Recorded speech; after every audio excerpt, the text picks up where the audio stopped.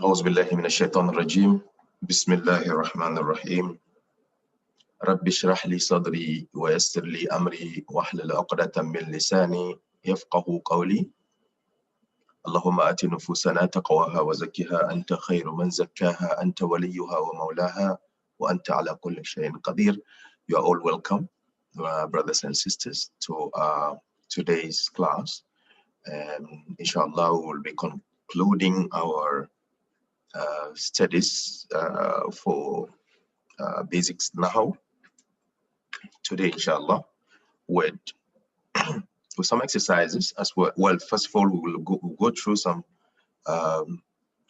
continuation of the summary of the lectures or the subjects, and then we would take some exercises that could refreshen our minds, inshallah. Okay, we just waiting for one more person for a double digits, inshallah. So we start the class, hopefully.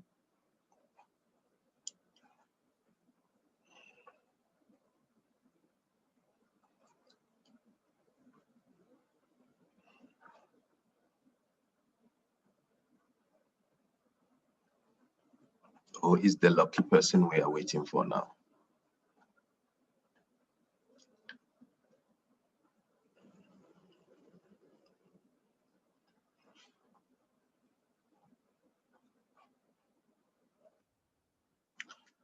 Okay, inshallah.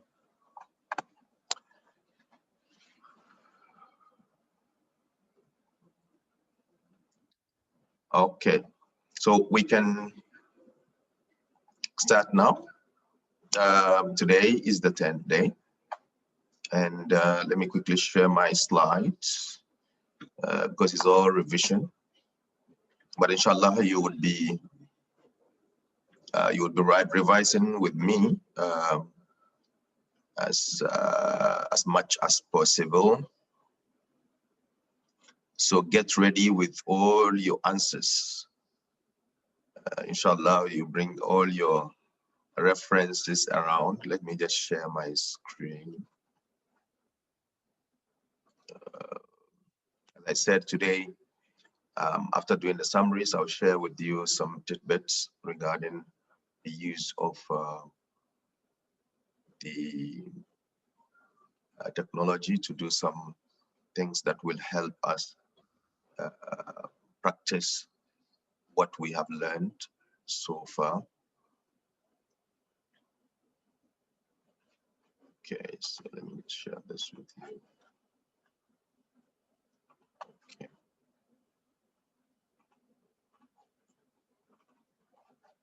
Okay, hope you can see my screen.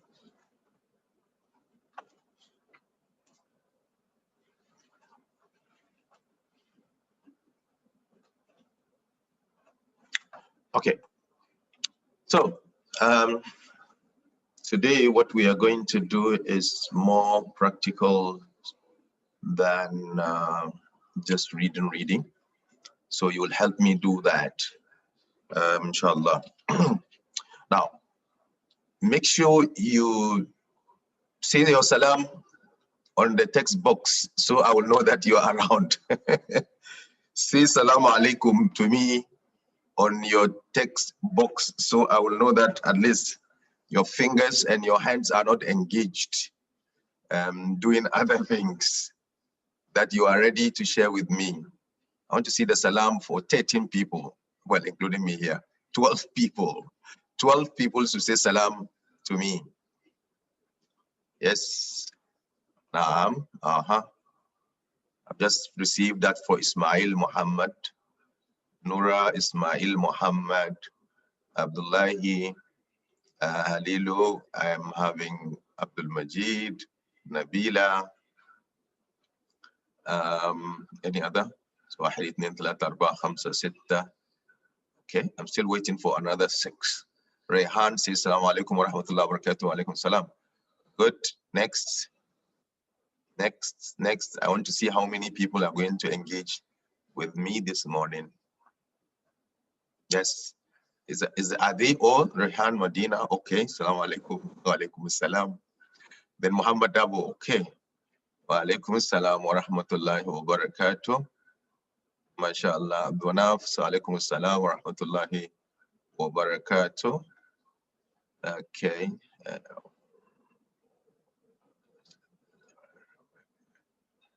Okay. Okay, so that's very good. So we can now start. Good. Now we're going to do general revision. So can you just share with me what you can remember about status? What do you remember? Oh, sorry. Let me even start from the structure itself, the structure of the language. We said the structure of the language is of how many levels? The structure of Arabic language is of how many levels? 3. What are they? Very good. What are they? What are the 3 levels? We want to go chronologically, starting by, that's where you start. You started with kalima, fragment, jumla. Mumtaz. Mumtaz, that's very good. Yes, it is kalima, fragment, jumla, or words, fragment, sentence. Absolutely correct. You know, one of the peculiarities of this program or the model is the way we structured the lessons in a tabular form, as well as systematically drawing the tables in our mind, so that it makes it easy for us to remember. So if I tell the learner that Arabic is structured into word, fragment, sentence, it makes it easier for him to remember, because kalima is 1 word, fragment is 2 words, sentence is more than 2 words, so to speak. I mean, generally, that's what we say. Very good. And then we go to next to my second question. What do you remember of status? What do you remember about status? Whenever a status is mentioned, what do you remember? What has it got to do with what? And what do you remember about status? When we say status of a kalima, what kalima are we referring to, and what do you understand about it? Status. Hala. Halat al-i'rab. What is it? What is it? Yes, the status is, yes, the status is either rafa, nasb, or jar. Very good. Very good. The status, note, the status is of 3 forms, either rafa, nasb. Very good. RNJ. I like that one. This is what is known as status. Very good. Status are of 3 forms. Now note that, Aisha. Status are of 3 forms: rafa, nasb, and jar. Okay. What you have given me are instances of the status. Of course, if and also what some of you or most of you didn't mention to me is that status is related to isms. Do you remember that? Status is related to ism. Very important information here, because every ism has status, number, gender, type. So status is related to ism, and status are of 3 forms: rafa, nasb, jar. A rafa ism, it would be a subject or a doer. Yes, that's what Aisha is saying. A nasb ism would be of an object or a done to or a victim. And then a jar ism is be of a possessive case or a word preceded by harf of jar. Yes. Okay, so you see how your answers collaborate each other. And Muhammad Dabo gives us the abbreviation of the Rafa Nasb Jar. Now, when considering a status, for me to know a status, I need to consider 4 things. What are they? For me to know the status of an ism, I need to remember 4 things, or I need to know 4 things. What are the 4 things? You have just mentioned 1, and that's the form. What are the other 3? For me to know a status of a kalima, I need to consider 4 things. The form, and that is either rafa, nasb, or jar, or, sorry, and what? You know, these are the questions, particularly some of you who are the ustaz and who are teachers of other students. If you don't remember these things, it makes it difficult for you to really share the knowledge. Gender, type, number. Okay, this is with the status itself. No, this what Abdullah is sharing with us is the status itself. So sorry, is with the ism. So with ism we have status, number, gender, type. But with status alone, for me to know halat al-i'rab, the status of an ism, I need to know its form, and the form is rafa, nasb, jar. I need to know other things. I should say singular, plural, pair, plural, feminine. You are not yet there. You need to know 4 things. Let me share it with you. The 4 things you know about for you to determine the status of a kalima is to remember the form, and the forms are, or the form of a status is either rafa, nasb, or jar. You have to remember also how to tell the form. That's the first very important thing. How do I tell if the form of the word is rafa, nasb, or jar? You remember how to tell? Do you remember how to tell? What are the 2 things to look into how to tell the status? What are the 2 things? Remember them? Absolutely correct. Now you are with me. Yes. So how to tell, for me to tell the form, I need to consider the ending sound and ending combination. Bravo. Then the other thing to note is either the ism is either what or what.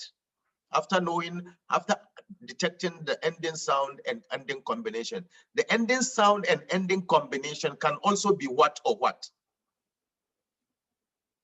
So you see, that's how, you know, chronologically you follow the lessons.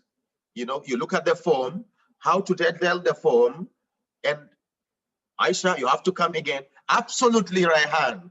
Either the either the ending sound or ending combination is heavy or light. Mumtaz. Is heavy or light. Mumtaz. So this is very important thing. Yes.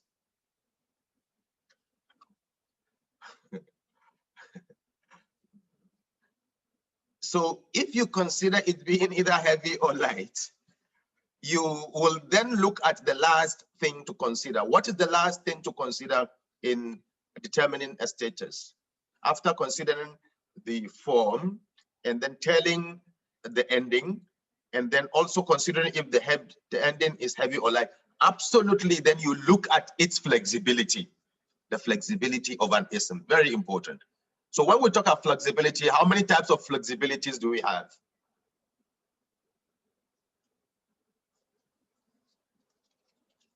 Yes, what are they?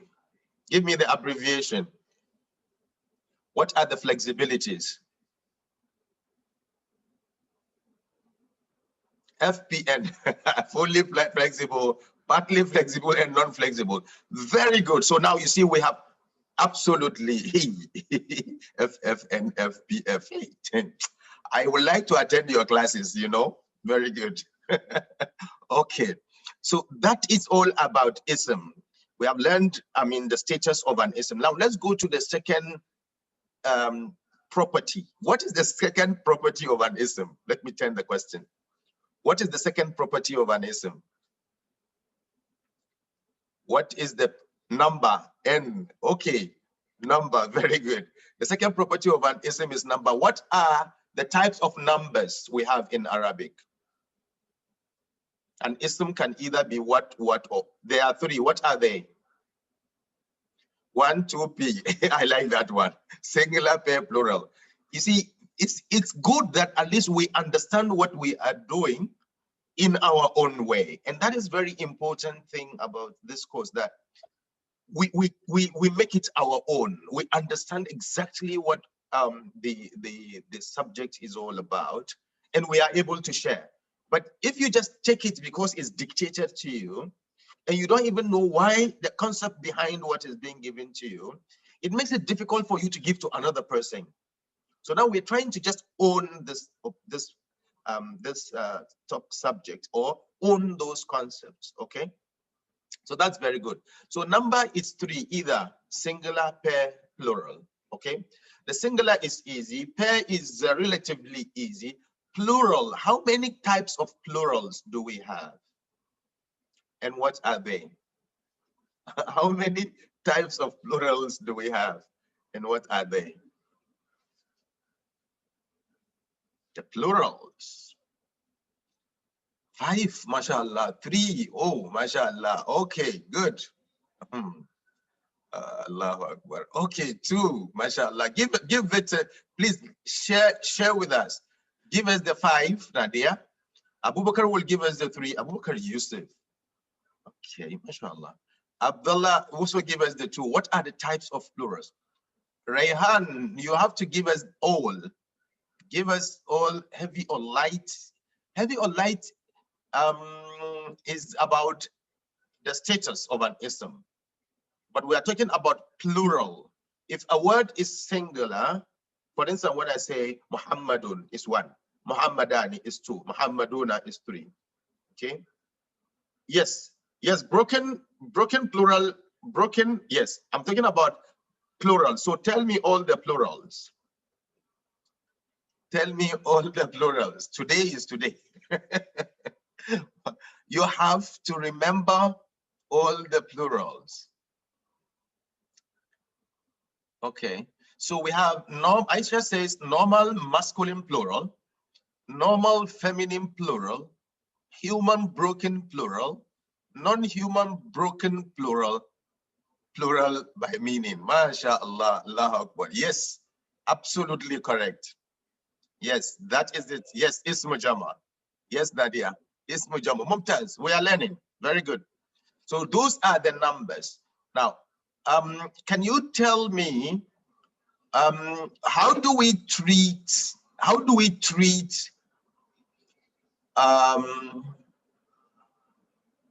okay, when I say how do we treat, you should understand what I mean. I'm talking about the gender here. How do we treat a human broken plural? How do you treat it? When I say how do we treat it, I mean when it is in a sentence, how do we consider its gender and number? How do we treat it? A human broken plural. How do we treat? Yes, we treat it as feminine singular. Are you sure? Nadia, are you sure? We treat it as she. Are you sure? So I can say, can I say, for instance, can't I say Haula ir-rusul? So Haula ir-rusul, Haula is not she. But of course I can say Hazihi ir-rusul. Yes, because rusul is human broken plural. Yes. Now this is what we say, Aisha. Very good. As is. Okay, as is. So we treat it either feminine singular or as is. Are you following? As is means as the gender is. Okay, or as a human being. That's the meaning of is. Now there's a difference between human broken plural and non-human broken plural, and that's where both of them are human plurals, they are treated as slightly different, and that's where the slight difference is. Non-human broken plurals are treated strictly as she. So, but the human broken plurals are treated as either she, okay, that is singular feminine, or as is. For instance, if it is feminine, we treat it as feminine. If it is masculine, we treat it as masculine. Okay, so you say, for instance, Hadihin Nisa or Haula in Nisa. Hazihin Nisa, I'm using the Hazihi before because an Nisa is a broken plural for humans. But I'm saying Haula in Nisa also because it can be treated as it is. That is human being, plural, right? But for instance, I can say only Hadihil Buyut. I can't say Haula il Buyut because Buyut is a plural, it's a non-human broken plural. Okay, so very important information here. Okay, so that is all about the number. What about the gender? How many types of gender do we have, and what are they in Arabic? 2. What are they?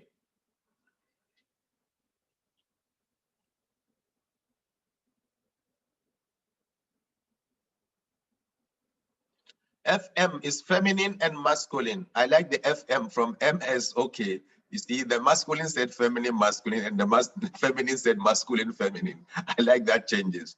Okay, very good. Very good. What are the different types of type in Arabic? So types of ism. Now note, when we talk about the SNGT, absolutely, it's common and plural, CP. I like that one. So an ism can either be common or it can be proper. Very important. But Mala Abdullahi, by default, what is the type of an ism by default? What is the type of an ism? Yes, the type of, by default, Mala Abdullahi, all isms are common. By default, all isms are very good. Yes, all isms are common. Very good. Yes.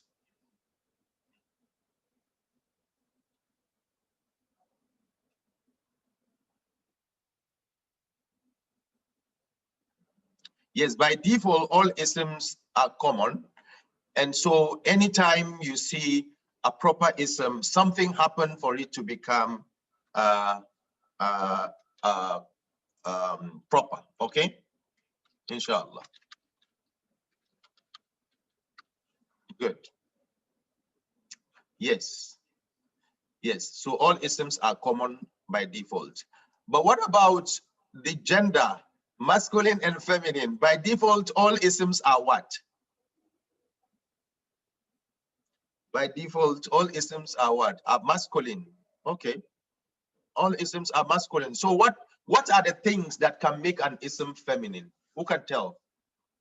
What are the things that can make an ism feminine? Who can tell? Very good. I think the class is really progressing. If you say, but yes, real, very good, or fake. Yes, I like the answer. It can either be real feminine. Give me an example of a real feminine. Yes. RF. Hey, people are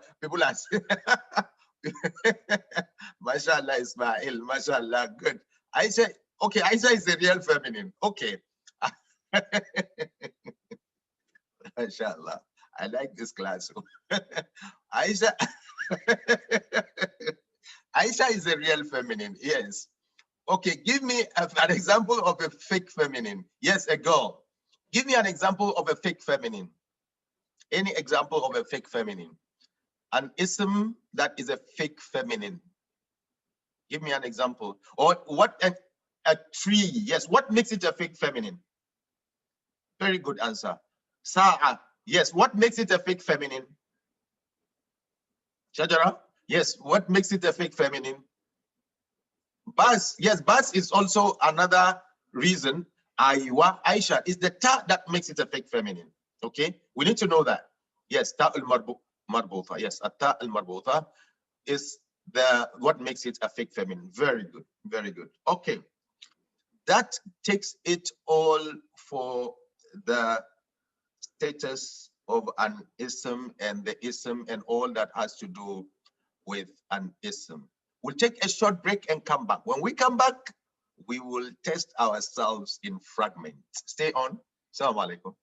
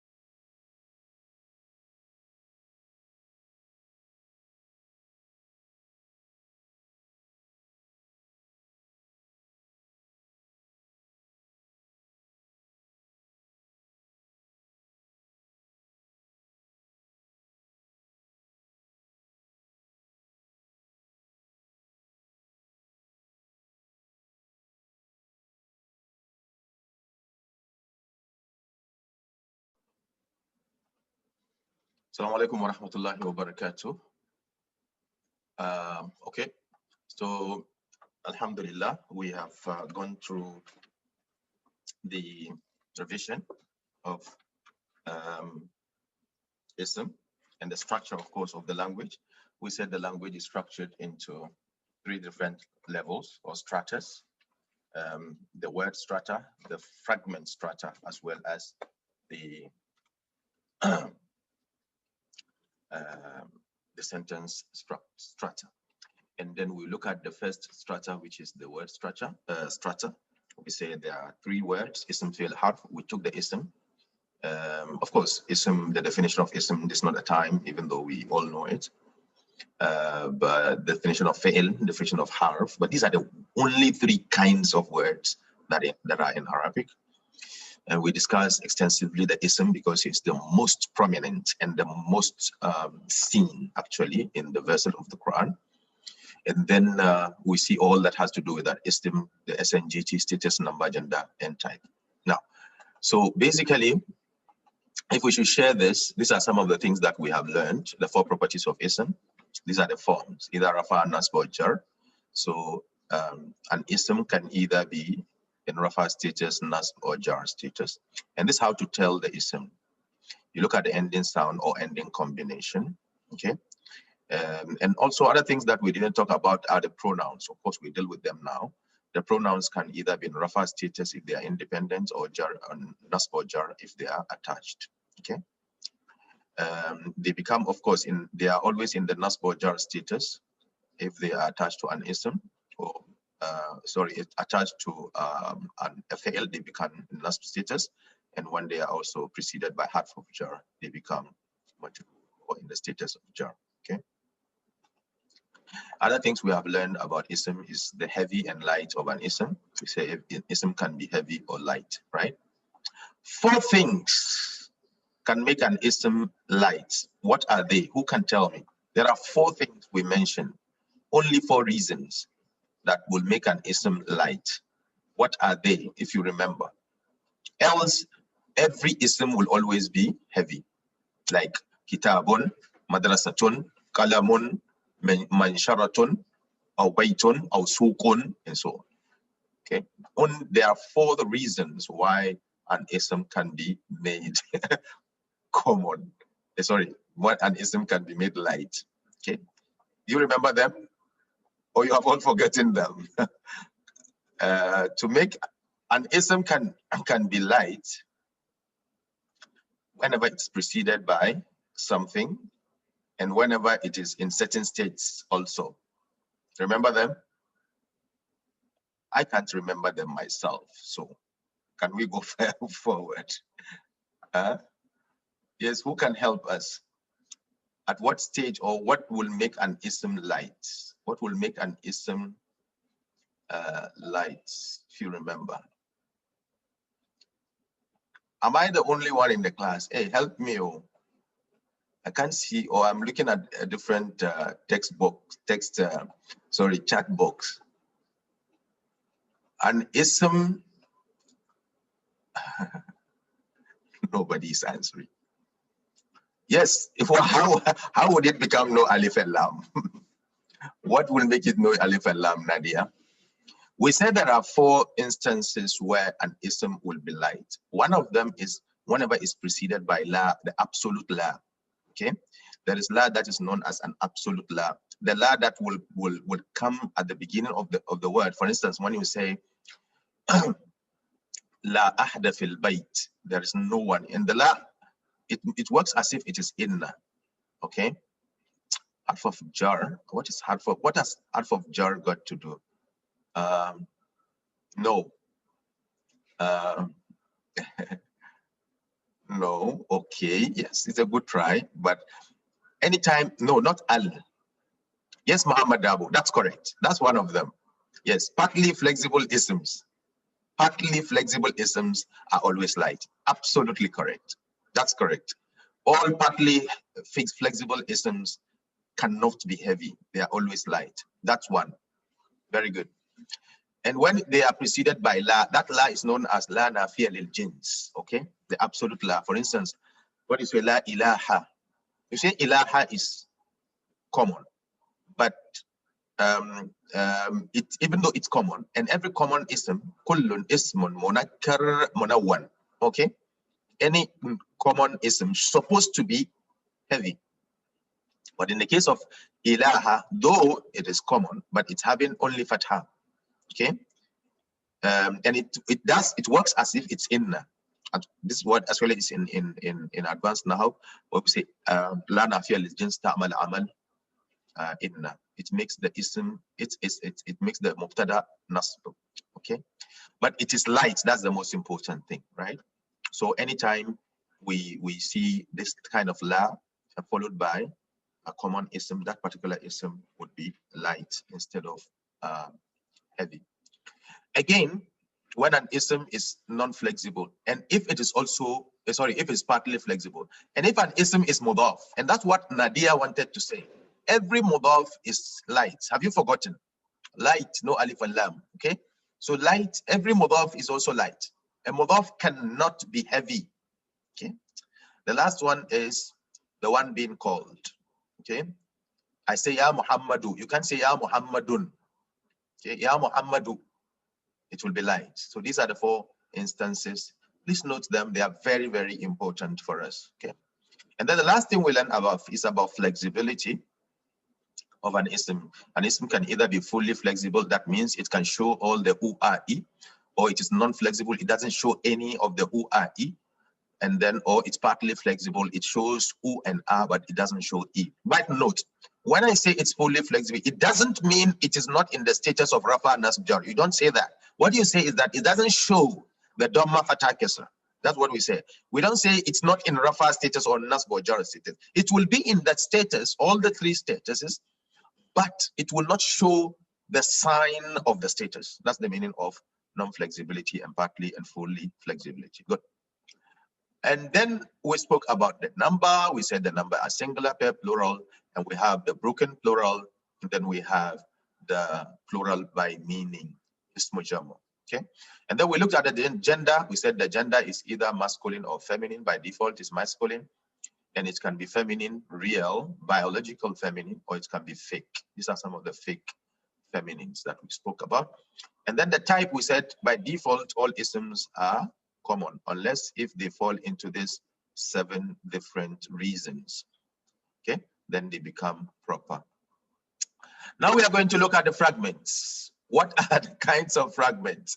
We mentioned the fragments. We say there are idafa, mawsuf sifa, harf of jar, harf of nasb, and ismul ishara and mushar ilay. These are the 5 different fragments that we have learned. And then we mentioned that idafa is ism fragment, and these are the types of idafa. And then mawsuf sifa is one of the easiest way to detect, because both the isms will have the same SNGT, status, number, gender, type. And then we saw there batakala wa min fi an ala hatta ila, harf of jar. That makes it very easy to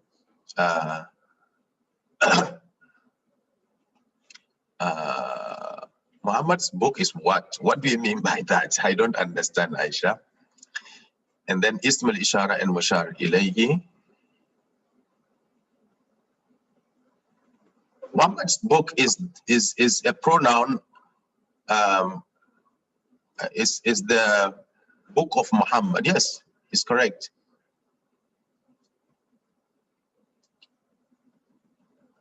Yeah, Muhammad's book is book of Muhammad. It's off in translation. Correct. Okay. Good. So ism al-ishara and mushar ilayhi is the other, sorry, harf of nasb, inna, anna, ka, anna, bi, anna, lakinna, layta, la'alla. Anytime we see them with the ism after them, they constitute another fragment. Ism al-ishara and mushar ilayhi.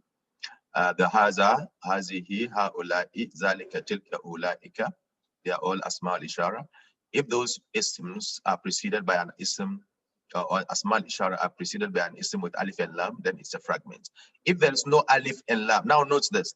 If the ism al-ishara is followed by an ism or any other word that has no alif and lam, then it is not a fragment. It is a sentence. Please note that. Very important. Unless you see your al, of course, unless if it is a pointing to idafa, as we shared yesterday. If you are pointing to idafa, the whole of that idafa concept, we just put the had ismul ishara at the end. Okay. So I say Kitabullahi hada, this book of Allah. Okay. MashaAllah.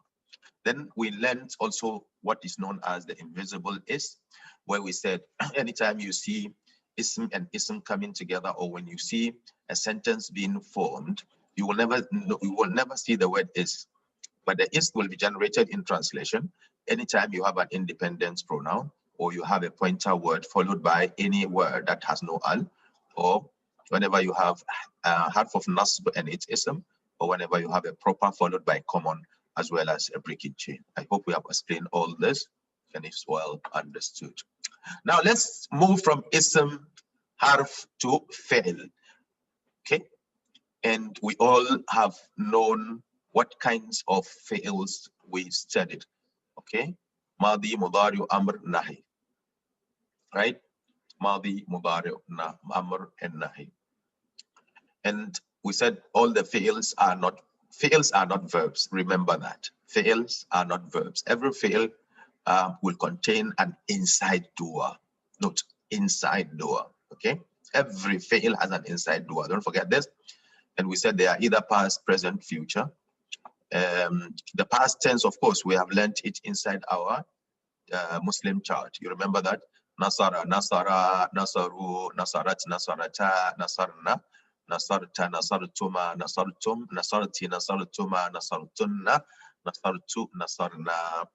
When it comes to the present, we said Yansuru, Yansurani, Yansuruna, Tansuru, Tansurani, Yansurna, Tansuru, Tansurani, Tansuruna, Tansurina, Tansurani, Tansurna, Ansuru, and Nansuru. That's fi'l mudari. And the mudari can also be preceded by certain harfs that will either make it light or heavy. That's why we say fi'l mudari is of three types. Normal fi'l mudari that ends with u, and then light fi'l mudari that ends with a, preceded by any of these, and then lightest fi'l mudari that ends with sukun and preceded by any of these harfs. Illam, lamma, wal falli. Okay. And then we have forbidden and command, that is amr. Okay, and nahi. Sorry, nahi and amr. We said nahi is very easy to form. Bring in your lightest second person, mukhatab, mukhatab al-majzoom, okay, and then you put la on it. So I will say, for instance, tadhak and la tadhak. Tadhak, la tadhak, okay? And then idhak is a command. How do we form a command? The same thing. We bring the second person, lightest, and then we remove the ta of the second person, and then we bring a helper alif if we need that. If we don't need a helper alif, we leave it as it is. Okay? We leave it as it is. Okay? Like sa'ada, sa'ada. Okay? You say sa'id to sa'id. So I said to sa'id, that's the fi'l mudara. When I want to say help, I'll just remove the ta, and then it becomes sa'id. Then that's finished. I don't need the helper alif. Okay? And then we spoke about attached pronouns. Very important word is a pronoun. In fact, we didn't talk about the pronoun in the ism, but it's very, very important. The pronouns are huwa, huma, hum, hiya, huma, hunna, anta, antuma, antum, anti, antuma, antunna, ana, nahnu. And these pronouns are always important anytime we speak about fi'ls. No fi'l, you can't think about fi'l without perfecting your pronouns. And the pronouns can either be independent or attached. The independent ones are the ones I've just mentioned. Huwa, huma, hum, that is he, both of them, all of them. Here, huma, hunna, she, both of them, all of them, feminine. Anta, antuma, antum, you, both of you, all of you, masculine. Anti, antuma, antuna, you, both of you, all of you, feminine. That's English for you. And then ana, nahnu, I, and we. Okay, this is the independent pronoun.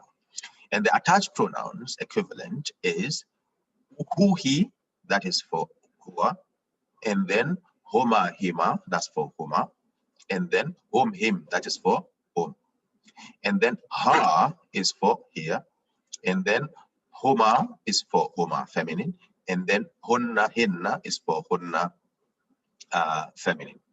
Ka is for anta, and then koma is for antuma, if this pair masculine, and then kum is for kum, okay? That is masculine, also second person masculine plural. And then ki is for anti, koma is the same thing for koma, feminine, and then kunna is for kunna, which is feminine, also second person feminine, okay? Sorry, antunna is for kunna is for antunna, not kunna. Kunna is the attached pronoun for antun. And then ana, e or ni. E is used to be attached to an ism, and then ni is used to be attached to a fi'l. Okay, so I will say, for instance, abi or ummi or qalami. Okay, but I will say sami'ani, he heard me, or a'tani, he gave me, or sharakani, he accompanied me. So the e and ni, wherever we see it in Arabic, are pronouns attached to an ism or a fi'l, respectively. Okay.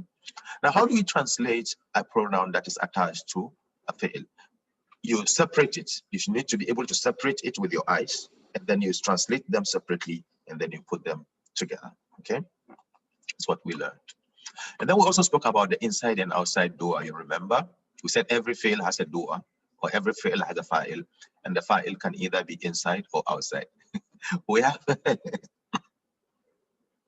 we have inside duas, please. We don't have indoor duas and outdoor duas. Somebody was Edmodized, I think, is it yesterday or 2 days ago, thinking that because we said indoor dua, indoor indoor pronouns, and the Edmundo marked them wrong, and they were shocked. Why was it marked them wrong? There is no indoor, but there is inside. Okay, please note that. Very good. And so we have inside and outside dua. The inside dua can always be pronoun. Outside dua will be an ism that is in rafa status after the fail. Okay, and we also mentioned the outside dua. The rules of an outside dua is that the fail will have to be in huwa or hiya form, and the dua will have to be after the fail. That does not necessarily have to be immediately after the fail. It's inside, not indoor. It's inside. Okay, good. And then we also learn certain concepts here. Passive, madi, and mudari. The ui and ua. You remember them? Ui, ua. Okay, so you can have ui or ua. Okay, very good. Of course, this is for madi and this is for mudari. Okay, passive is what? When the fa'il is not mentioned or is unknown. Okay, and then the maf'ul bihi becomes the na'ib al-fa'il. We also learn about kana and the sisters. Kana, ata, sara, laysa, asbah, adha, amsa. Anytime you see them, what they do is that they have a work to do on the khabar only, but they leave mubtada as it is. So the mubtada becomes the ism of kana, and then the khabar becomes the khabar of kana. The khabar will always take fatha, so it's sorry to be in the nasb status, let's say, not necessarily fatha, but let's say it puts the khabar into a nasb status. That's the right thing to say. Not to say it gives its fatha. If you say it gives its fatha, you will be wrong, because it can give it any other thing. If it is peb, it will be aini. If it is plural, it will be ina. If it is ism asma al khamsa, it will have alif, for instance. So you can't say kana makes the khabar fatha. No, it makes it nasb, mansub, and mansub does not mean maftuh. Okay, very important. Asma al mawsul are the relative pronouns. They always have something called sila. Sila. It means any word or any phrase that comes after alladhi, alladhina, alladhani, allati, allatani, allai, allati, or allawati, or man and ma. Man and ma, they mean alladhi. Don't forget that. Man and ma will mean alladhi all the time. Okay? Ma bima'na alladhi or man bima'na alladhi. But the difference between the two is that one is used for human or intelligible beings, and other ma is used for non-intelligible beings. Now, how do I know if it is man or ma? By practice, you get to know that it is man or ma. But because you remember, the word man can be ismul istifham, can be for question, okay? And ma also can be for question tag. And ma even can be for negation. You remember, we'll come to that, okay? And these are the nawafi, negation harfs. Ma, la, lam, lan. Ma and la and lam and lan. Anytime you see them, they negate the word, the fi'l that is after them, okay? Ma can be used for both mudari and madi, but la, lam, and lan are used for mudari only. Ma and la do not affect the fi'l, but lam and lan will affect the fi'l. They make it lightest. Okay, you remember this lam makes the fi'l lightest, but lan will make the fi'l mudari light. Okay, very important. Then we later, something here. Okay, qad, the use of qad. How do you use qad? It's a mistake here, sorry. Qad is used with fi'l mudari or madi. If it's used with fi'l mudari, generally we say that it means certainly or definitely.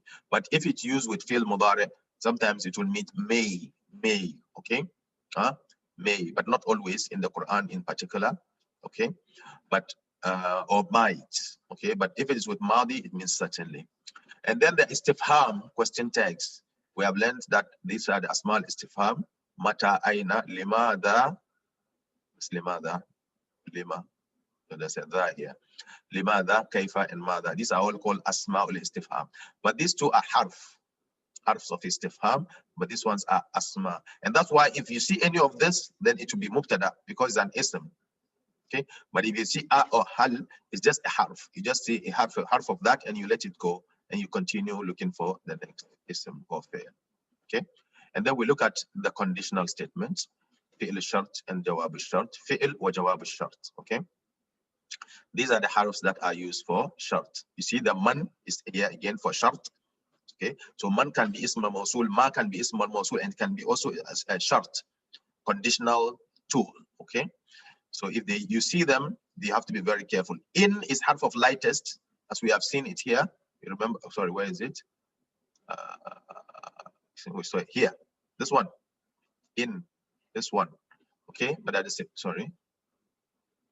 same time here also, it is harf of one of the harfs of shart. Okay, and then we'll look at some glossaries, inshallah, shortly. Now, get ready for the ending part of this course. This table is very important. Now, I mean, this is what should be drawn into our minds so far, what we have learned, right? This is the word level. You remember the stratus. This is the first word level. And the word level, we concentrated on the ism. And the ism has 4 properties: status, number, gender, and type. To look or to understand status, or to be able to determine the status, you need to know the statuses or the forms. I like using the word form here, okay? The forms. They are Iza, Rafa, Nasb, or Jar. How do we tell this form? You look at the ending sound and ending combination. And that ending can either be heavy or light. You mentioned all this. And then the flexibility of that ending also. That ending, is it fully showing, none doesn't show, or partly showing. That's all about ism. That's all about status of an ism. Number of an ism can either be singular, pair, or plural. The plurals are here: human plurals and non-human plurals, and the normal masculine and the normal feminine, and human broken plurals, right? And non-human broken plurals, of course, that is treated as singular feminine. The human broken plural is treated as either feminine singular, or as it is. Okay, that's the number. Gender, we say by default all isms are masculine. They can be feminine if they are biologically so, or if they end in any of these letters. or if they are body parts in pair. Proper names of places are also feminine. Non-human broken plurals are also feminine, as well as Arabs says so. Okay, if Arab says the words are feminine, they are feminine. I mean, that's finished. Okay. Then the final part is the type of an ism, either common or proper. By default, all isms are proper. Sorry, are common, unless if they are preceded by al, if they are proper names of places. Proper names of people. One being called pronouns, asmal ishara, pointer words, asmal mausula, relative pronouns. Or if a word after of is proper, then the word before it is also proper. Okay. So these are the things that we need to put in our mind regarding the kelima. Now note, kelima. You realize that when we're talking about one kelima, the concentration was on ism. Okay, so this is all about ism. Then we move from there, and then we went to fragments. So this is a fragment. This is the fragment level. The fragment level, we have idafa, jar wa majrur, harf nasb wa ismu, harf nasb wa ismu. That is inna, harf of nasb and the ism that comes after it. Mawsuf sifa, an ism and its adjective, and the ism al-ishara and mushar ilayhi, pointer word and the pointed at. Okay. These are the 5 different fragments, and these are some of the things that we have learned about them. Idafa, how we explain them, and say before it comes before of, and it's always light, no alif and lam. And then mudaf ilayhi comes after of, okay, and always in jar status. If it is proper, then the mudaf is also proper. If it is common, then the mudaf is also common. That's very important information. Nothing comes between them. They don't allow distance. That is, there are 2 types of, there are actually 3 types, not 2 types. There's a mistake here. 3 types of idafa, one after of, and the one attached to an ism, as well as special mudaf. Okay. Jar wa majrur is the next one. Okay, fragment consisting of harf jar and the ism after it, that it beats up, or the victim of the harf. We always say that harfs have job to do. You remember that? Yes. So harf jar makes the ism after it in a status of jar. Nothing comes between the jar and majrur. Harf nasb and its ism. There is a fragment that consists of harf of nasb. Inna, anna, ka, anna, bi, anna, lakinna, layta, la'alla. They are all asma harfs of nasb. And the ism that they beat up. And then what happens is that they make the ism in nasb status. Sorry, in nasb status. Okay, what am I? This is jar. It's supposed to be here.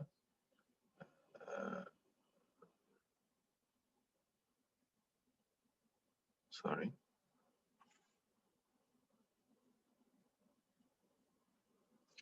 Jar.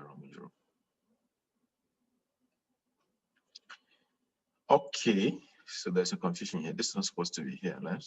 A jar majrur, a special mother of time and place can come between. Okay, so this is talking about what can come between inna and the ism. Okay, it can be separated, so it allows distance. That's what it means here. So this are what can come between the inna and the ism, either jar majrur or harf nafs and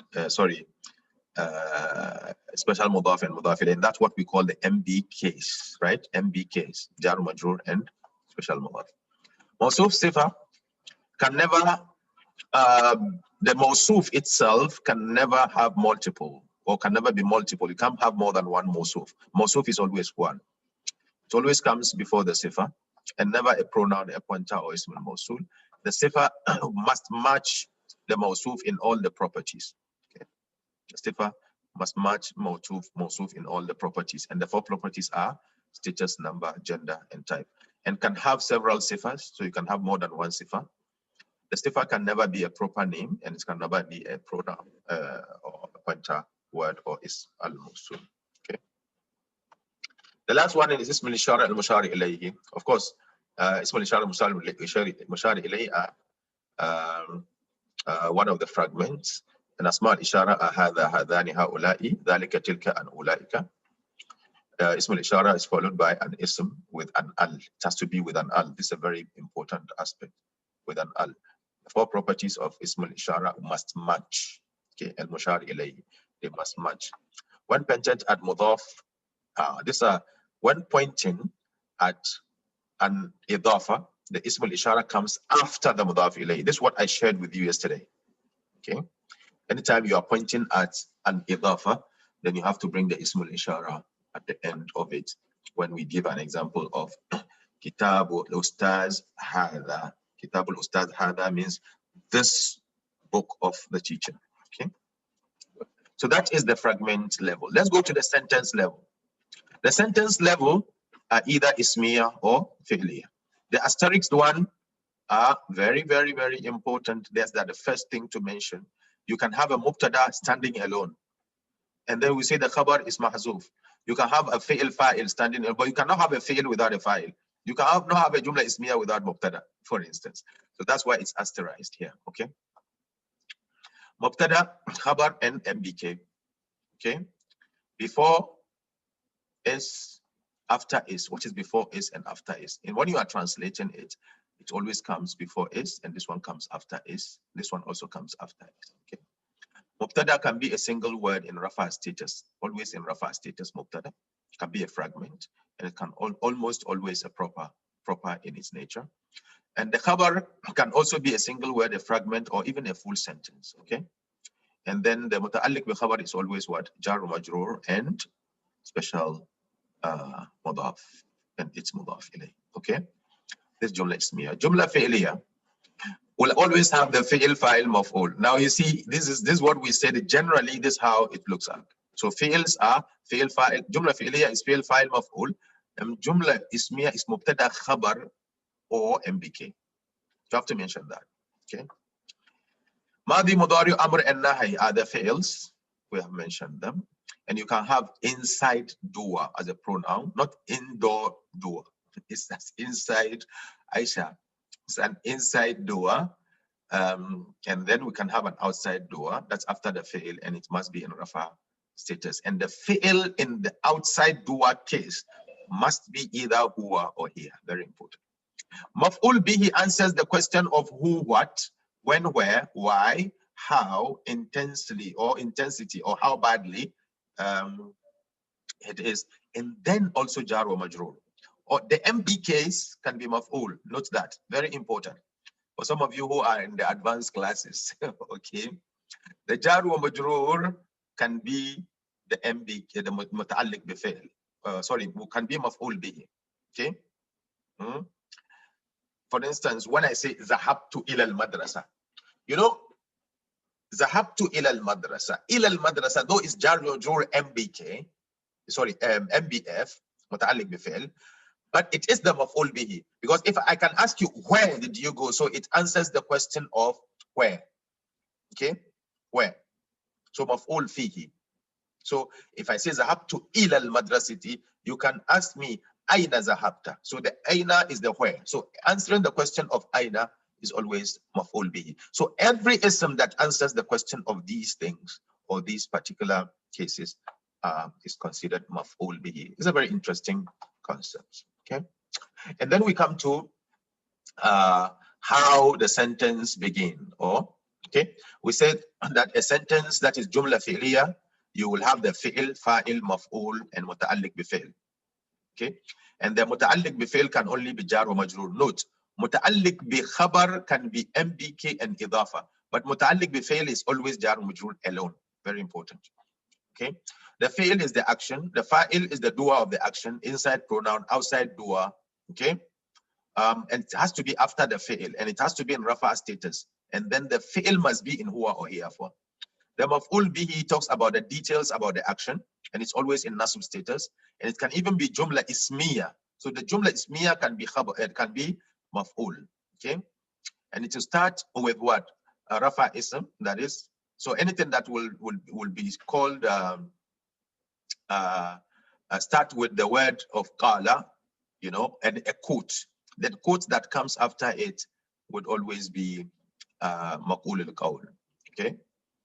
And then you can have another jumla actually being maf'ul bihi, jumla fi'liya. Another jumla fi'liya in its totality can also be jumla, can also be maf'ul bihi. Muta'alliq bi fi'l is always jar wa majroor as a fragment. Okay.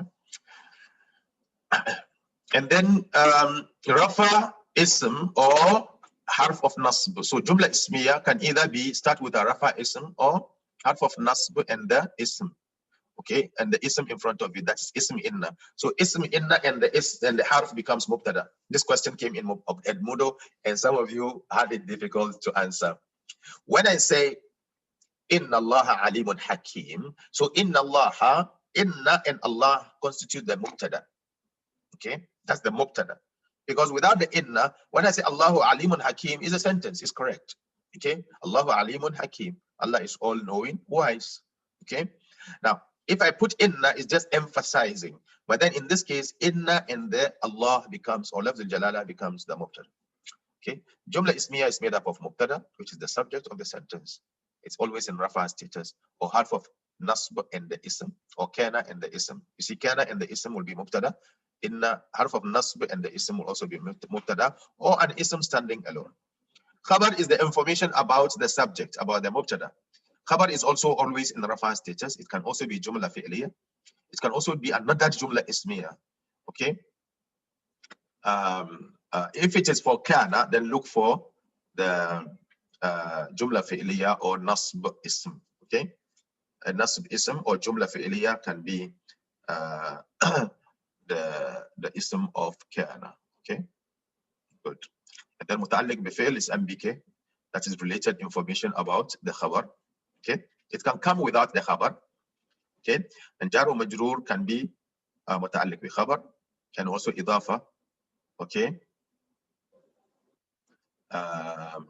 idafa, that is the special mudaf, can be MBK.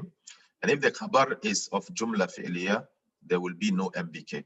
Okay, very important information here. If the khabar is jumla fi'liya, then there's not going to be MBK, because that jumla fi'liya becomes the khabar, because so there is no fragment. Anytime if a sentence comes, it downplays any fragment. Okay, so that's jumla ismiya, how it starts.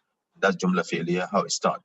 However, any other thing that starts a sentence, okay, don't bother about it. If it's not an ism and it's not a fail, or it's not harf of nasb, if it starts with maybe harf al istifham or something, just go to the next word. Then you determine the kind of ism. Sorry, the kind of jumla.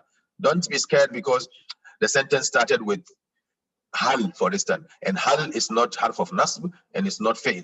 So what kind of jumla is this? Okay, hal is a harf. Just say harf al-istifham. Leave it alone. Go to the next word. Hal katabat Zainabu kitaban. So katabat is fi'l madi. So it's jumla fi'liya. So you will just say harf al-istifham and you go, right? Very important. Good. We'll take a break and then we'll come back for more concepts. And then we'll be wrapping up with some exercises. So stay on. We'll come back shortly. Assalamu alaikum.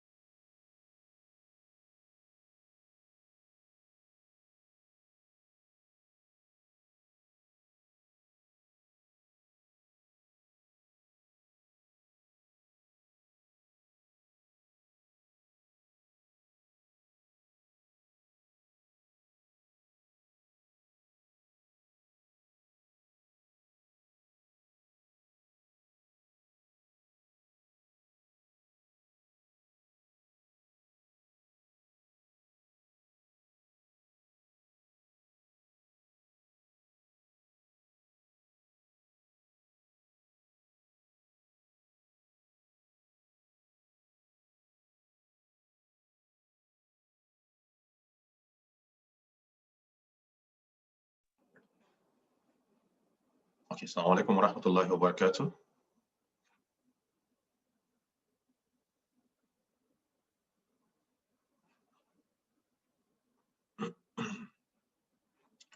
Okay, I hope you can all hear me. So we continue with the, okay, we'll continue with the, let me show you my slide. I think I've dropped the slide, right? Okay. Okay, so this is a hadith. Let's look at how the i'rab works here, or how we are able to identify the sentence and try to relate directly to the words. The Prophet ﷺ says, "Khayrukum man ta'allama al-Qur'ana wa 'allamahu." Khayru. The moment I see the khayru, I know it's an ism. Why? Because it's attached. There's a pronoun here attached to it, right? So khayrukum man ta'allama al-Qur'ana wa 'allamahu, and this is the exegesis. Sorry, this is the i'rab that has been made. So it's jumla ismiya. So the moment I say khayru is an ism, so jumla ismiya. So khayrukum, the whole of khayrukum becomes the mubtada. Khayru is of course mudaf, and the kum is mudaf ilayhi. Okay. متصل في محل jar, because mudaf ilayhi definitely will have to be in jar status, but because it's a pronoun, so it's not flexible, so you don't see the sign of jar, but it is majroor. Okay. And then man ta'allama al-Qur'ana wa 'allamahu becomes the khabar. So in that case, you can even separate the sentence here. Khayrukum is the subject. Man ta'allama al-Qur'ana wa 'allamahu is the predicate. So man here is ism al-mawsul, ay allazi.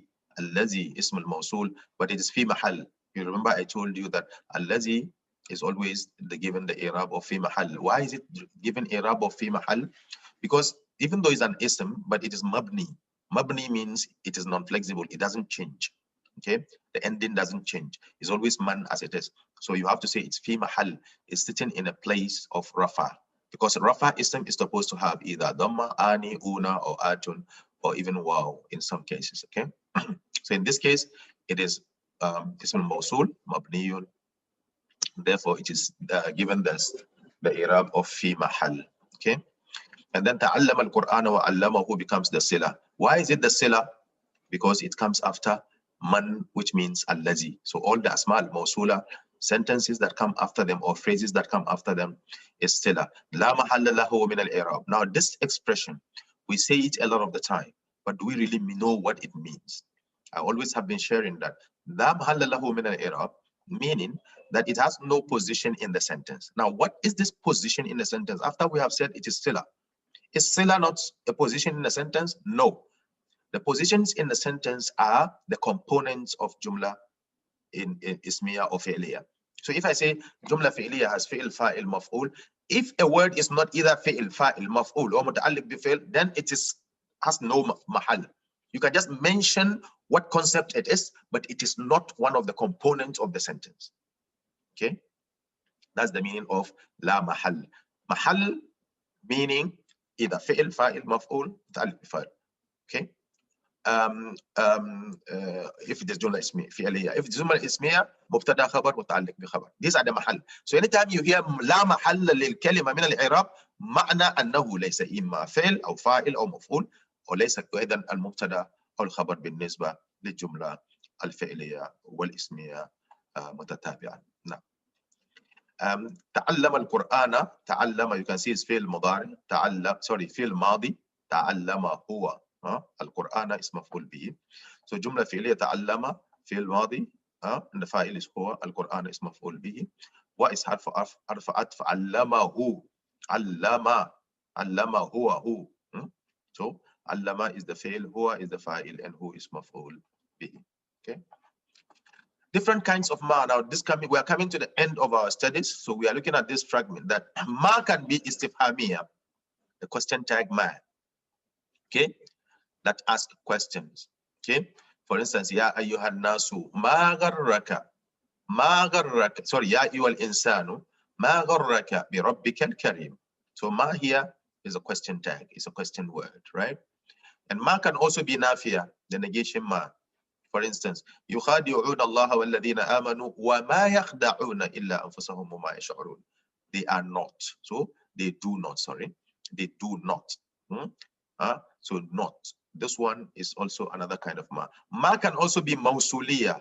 The one we have just studied is ma can be ma mausuliya bima'na alladhi. We always say ma mausuliya bima'na alladhi or man mausuliya bima'na alladhi. Ma is used for inanimate, man is used for a human being, but this is for ma only. Okay, ma can be istifhamiya, ma can be nafiya, ma can be mausuliya, ma can be masdariya. Now this masdar, you will not get the concept well until we come and do sarf. Okay, masdar is the idea of a word or the idea. Okay, yes, you can always know the context. It has to be within the context for you to know which one is used. You will be able to know by context. Okay, good. Ma masdariya is the one that converts the fi'il into masdar. Okay, واختلفوا من بعد ما جاءهم البينات أي بعد من بعد مجيئهم. So you convert the جاء into the masdar, and the masdar is maji. You can know the masdar when you learn sarf, but in this case, anytime this kind of ma comes, it converts the fi'l into masdar and then give you a proper meaning. So when you come to do the tafsir, you don't just translate this as any kind of ma, but you translate it as ma masdariya, and it will depend on the context for you to know that. Ma can also be ta'ajjubiya, that is used for expressing amazement. Qutil al-insan ma akfar. So this ma is not a question. This one is ta'ajjubiya. So you just mention that is ma ta'ajjubiya, that's all. You don't say it's fa'il or maf'ul bi or mubtada or something, right? So you're just saying the kind of ma, and here it's showing amazement. Ma can also be shartiya. You remember we mentioned, right? Ma for a condition. It comes with ma, in, and man. Remember them. So it can be for condition and can also be ma ibhamiya. Okay? This ibhamiya is talking about ma that is used to give the meaning of any or makes something obscure. Okay? And it is placed after a common ism. For instance, ja'ani rajulun ma. Ja'ani rajulun ma. A certain man came to me. So you just say it's ibhamiya. You just don't do it. You know, rajulun is the man who came. Fa'il. Finish. Ma is ibhamiya. You don't say the ma is fa'il or mudaf ilayhi or something. Just mention that ma is ibhamiya. That's well. Inna Allah la yastahi an yadriba mathalan ma. So yadriba mathalan. Mathalan is maf'ul, and then ma is ma ibhamiya. Finish. Okay. Then we come to man. So we have discussed ma. Man can also be istifhamiya, and it can also be mausuliya, and it can also be shartiya. You realize that ma and man are having something in common here. Okay. The man can also be for a question, it can also be ismul mausul, and it can also be for a condition. Man istifhamiya, when you use it for question like faman azlamu mimman iftara ala Allahi kadhban. This one is a question. Allah subhanahu wa ta'ala is given us a rhetoric question that, and who is more unjust than the one who invents about Allah a lie? Okay, and it can also be mausuliya bima'na allazi. Faman azlamu mimman iftara ala Allahi kadhiban. Ay, faman azlamu min allazi. Okay, iftara ala Allahi kadhiban. This can mean allazi, and the jumla in front of it is sila. Okay, it can also be conditional ma, where it makes some fi'ils lightest. Man yasha. Okay, it's yasha. Yasha. Man yasha illahu yudlilhu. Okay. Huwa man yasha yaj'alhu. So you see yasha and yaj'al. Yasha and yaj'al. This one is the sukun here. And the sukun is also here actually, by the way. There's a sukun here. This kasra is for flow. It's for iltiqa sakinain. When two sukun meet, one of them is made kisra, as it is here. But the point here is that this man is a conditional man, and it has made fi'l mudara, this one lightest, and this one also lightest. Okay, so it's a conditional man. Okay, so sorry. Finally, these are some of the vocabularies we have used.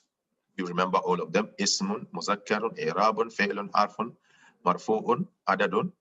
Adad is number, of course, you remember. Mufrad is singular. Jar wa majrur, nasb, mansub, ma'rifa, muthanna, jam'u, nakira, asma al-mawsul, mu'annas, thaqil. For thaqil is heavy. Damir is the plural or singular of the ma'ir pronouns. Askal is heavier or heaviest. Munsarifun is fully flexible. Gair munsarifun, partly flexible. Mabniyun is non-flexible. Masdar is infinitive action, or what you call the idea. Mudaf, the one word before of, mudafin ilayhi, word after of. Mawsuf and sifa, all then ismul ishara and mushar ilayhi, mubtada khabar, right? Fi'il amr and fi'il nahi. Sulasi, mujarrad and mazid. This one is in sarf. This one we have not treated it yet. Al-fi'il madi and fi'il mudari. You can say madi or madin, the same thing. Maf'ul lahu and maf'ul hal, maf'ul mutlaq, harf atf.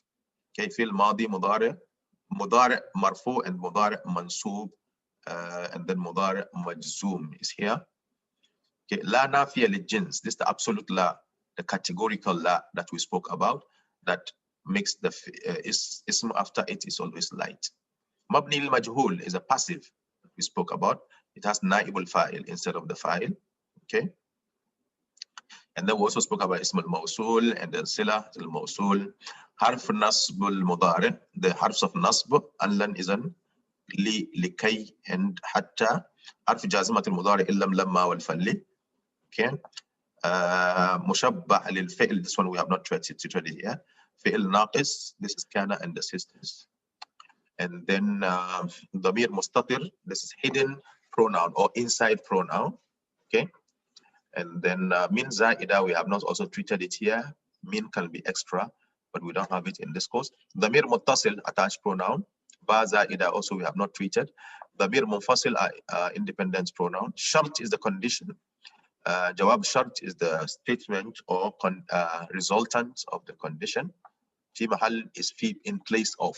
You remember when we say fi mahal is used to say in place of if the ism is non-flexible but is in a particular status. So we say is fi mahal. Okay. La mahal lahu min al-i'rab or la mahal laha min al-i'rab. It has no status. That is, do not label it as marfu'un. You don't also label it as mansubun, and also you don't also label it as majrurun. That's the meaning of la mahalla lahu. Okay. Okay, these are some of the things we just did it. Okay, so finally we are done. These are some questions.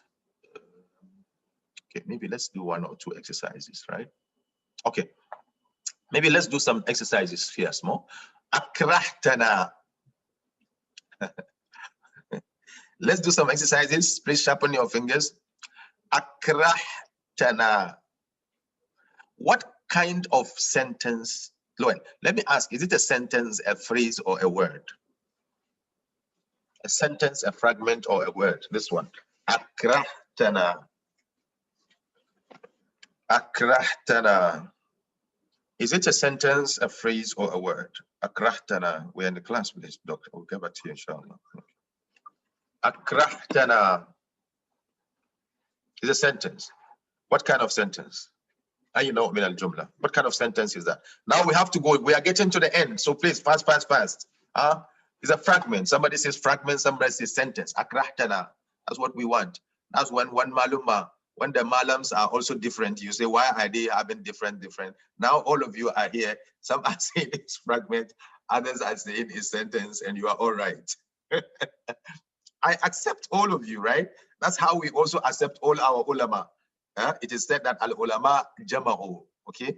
Lam yakhtalifu, walakinnahum jama'u, okay? So you are just putting everything together. Yes, it's a sentence. What kind of sentence is it? Jumla fi'liya. Where is the fi'il? Where is the fa'il? Where is the maf'ul?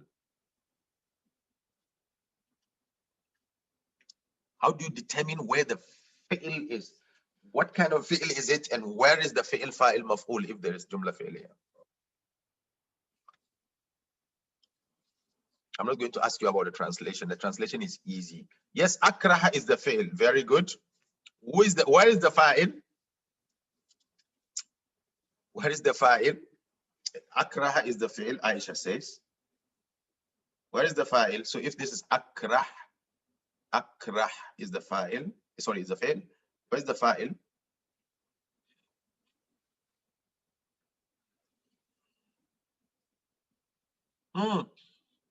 Do I have only Aisha in the class? Huwa. Aywa. Okay.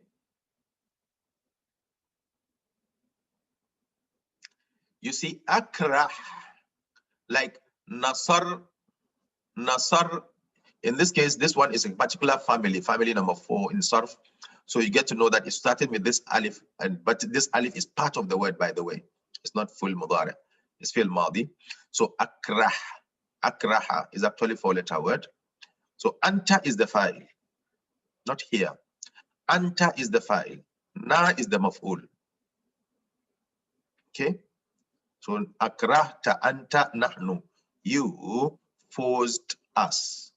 You, singular masculine, forced us. Okay. Yes, nahnu is maf'ul. Fa'akaruha. Where is the fi'il fa'il maf'ul?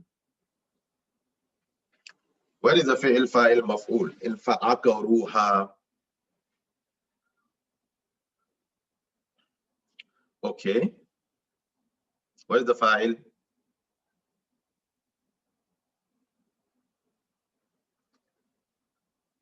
عقروها.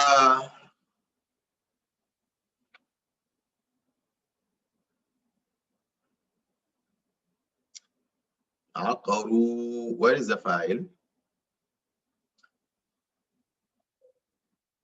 Yes, hum is the fa'il.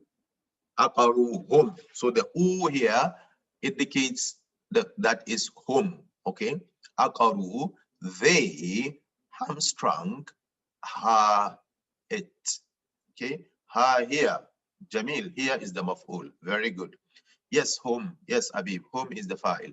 فأنذرتكم. What is the fi'il fa'il maf'ul? Yes. Aqaru is the fi'il, hum is the fa'il, and here is maf'ul. Yes. فأنذرتكم. What is the fi'il fa'il maf'ul?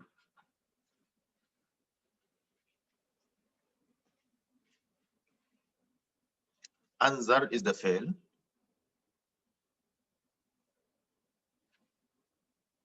Yes, Habib. Anzar is the fi'il. Yes, Aisha. And then what is the fa'il? Yes, Ana. Representing two. Yes. Anzar two. Ana. Okay. Anzar two. So where is the maf'ul?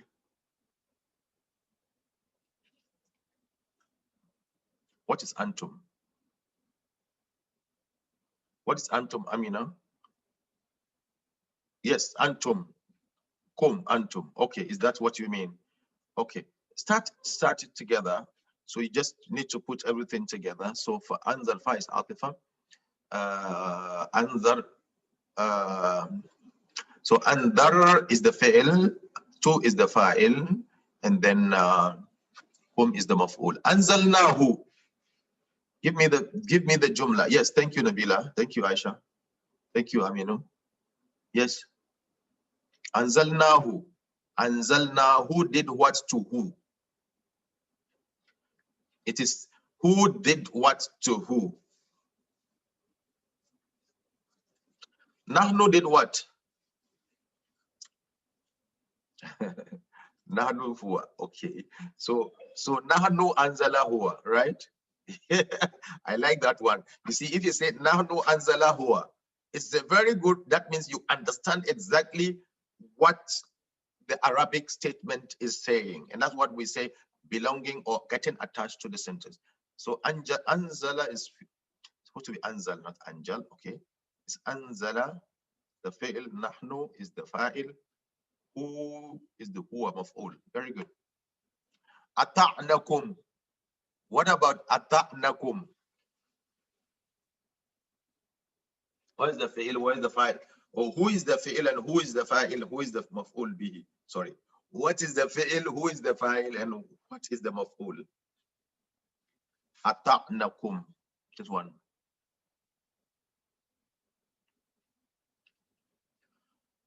Okay, ata is the fi'il you are saying, Aisha, if that is correct. Yes, yes. Where is the fa'il and maf'ul?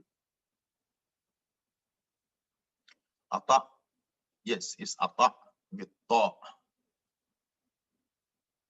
Bitta. What is the fa'il? Where is the maf'ul? A lot of you, so you have not been attending the nahaw in action.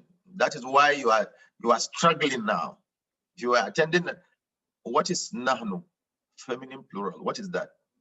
What is nahnu feminine plural? Aisha. Yes, they have not been they have not been attending the now in action class. Antum, where is antum? What signifies antum here?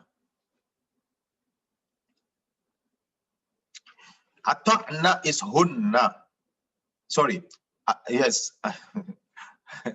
Because yes, so not nahnu. This na is sukun na. Anytime you see a fi'il ending with sukun and then you have this known fatha, then it's not na. If it's nahnu, there would have been alif here. So ata'na hunna kum antum. I ata'nakum. Okay, they obey you. Okay, so but how do I know if you wanted to say that, Nana Aisha? Okay, okay, thank you. Very good. Okay, so let's look at the next one. Akhladahu. Where's the fa'il, fa'il, maf'ul? I like these exercises because it really brings the best out of you in your understanding the words. I'm sure some days back, you might be thinking this one is one word. But today, all of you are telling me that there are 3 words inside here. 3. So that's interesting. I think that is a plus for what we have done so far. Akhlada. Very good. So yes, so akhlada huwa, who. What about the huwa? What about this who? Yes, huwa is what? Yes, Hafiz. Yes, Aisha. Yes, Aisha. Yes, Fatma. Akhlada. What is akhlada? Just give me in detail. Tell me in detail. What is the fa'il, fa'il, maf'ul? You are distorting the. Yes. Huwa is the maf'ul. Of which fa'il? Akhlada. Yes, akhlada is the fa'il. Huwa is the fa'il. And another huwa is the. Yes. Very good, Asma. Very good, Habib. Yes. The other huwa is maf'ul. MashaAllah. Let's go to the next one. Ja'alahum. Where is the fa'il, fa'il, maf'ul? Where is the fa'il, fa'il, maf'ul in ja'alahum?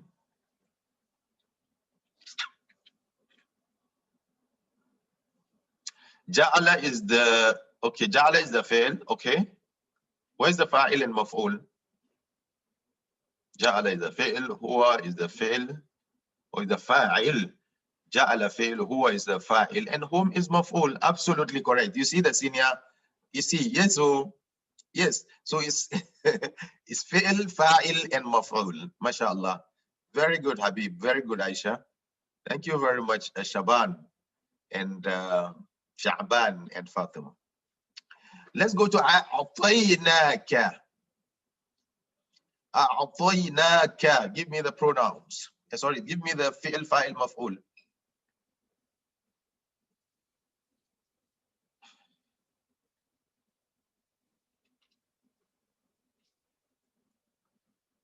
أعطيناك. So أعطى is أعطى. Yes, okay. أعطى is the فعل.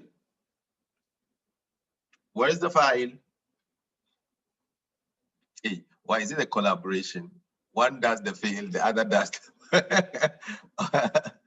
I don't want collaboration. I'm saying, where is the فعل, the فاعل, the مفعول? If you don't give me the full one, I'm not going to read it. But thank you for writing it. Anyway, okay. أعطيناك. You see, you see how the seniors are behaving. أعطى is the fail. Na, نحن, yes, is the fa'il. Ka, which is anta, is the maf'ul. Correct. Yes, yes, exquisite. Jazakillah khair. Thank you all. Very good. Let's go to the next one. Ataytumuhunna. Give me the fi'il, fa'il, maf'ul. Do exactly as Asma did it. Give me the fi'il, give me the fa'il, give me the maf'ul. You have 10 seconds to do that.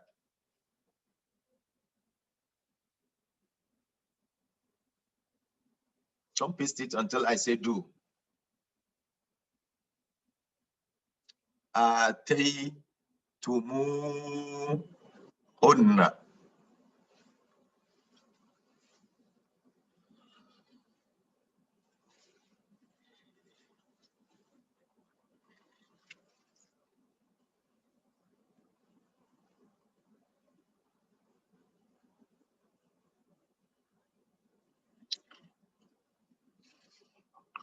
Okay, atay is the fi'l, is the fa'il, hunna is the fa'il, another fa'il, ata is the fi'l, antum fa'il.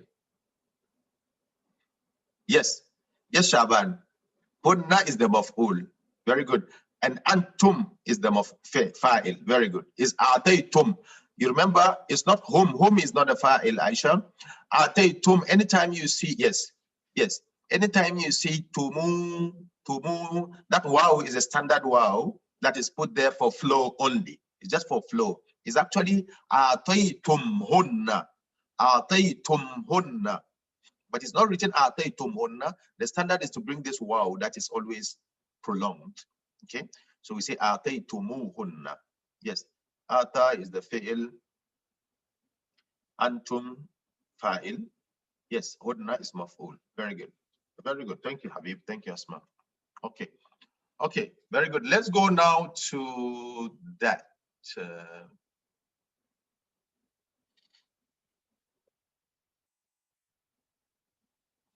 Number 26. You think I'm going to give you the smaller ones? Okay. Number 26. What is there? Give me this. Irab. Tu'dhunani. Finish it up. Don't give me small bit pieces. Finish it. Tu'dhunani. We are looking for the major components. Fi'il, fa'il, maf'ul, if it is jumla, fi'liya.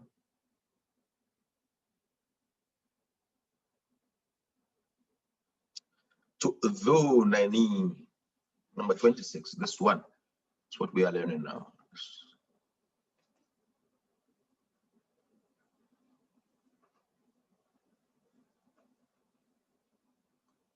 This.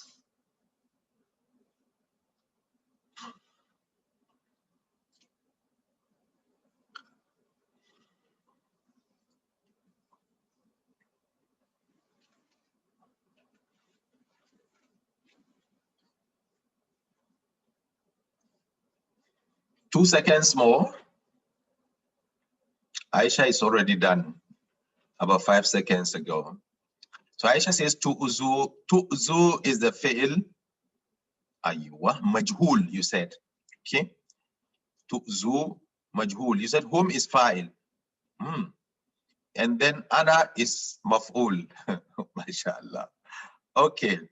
Shaban says tu'zu is the fi'il. Antum is the fa'il. And then ana is maf'ul. Yes, very good. Very good. Habib said tu'zu is the fi'il. Antum is the fa'il and ana is maf'ul. Yes, it's actually correct. This is not passive. Okay, tu'zunani is not passive. You remember there's no u in the passive. The passive is either u-i or u-a. This is u. Okay, u. And if you are talking about u-a, you are thinking that the na is for this na here. You are thinking that this na here is the u-a. No, then it's not, because the na here is not on the harf. It's not on the fi'l. This one is on the ending combination to uzuna. And the ui that we are speaking about and the ua we spoke about is actually on the actual fi'l, on the actual root fi'l, not on the ending combination. This a here is on the una. Okay, so don't get that. I hope that is clear. Okay. Okay, sorry. Let's go to the next one. Good. Determine if the present tense is slight No, I don't want this. Let's go to the last page. فَلْيَنْظُرِ الْإِنسَانُ مِمَّا خُلِقَ. Do the i'rab of this sentence. Sorry, فَلْيَنْظُرِ الْإِنسَانُ إِلَى طَعَامِهِ. Quickly, sharp fingers. You have 30 seconds to do that. 30 seconds. I've started counting. This sentence, the first one.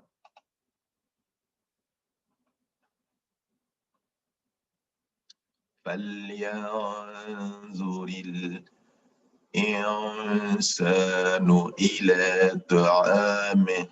You see, my voice starts coming at the end of my my lessons.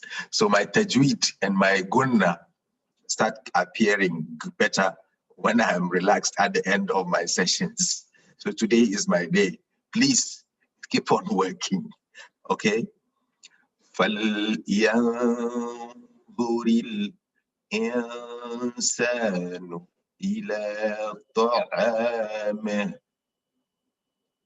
That one is tajweed. What you are doing is nahaw.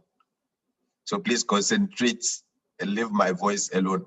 Now, yanzur is the wow.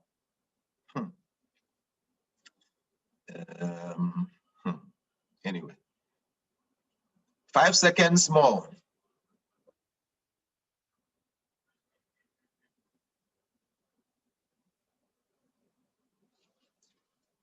5 seconds is left with 1 second.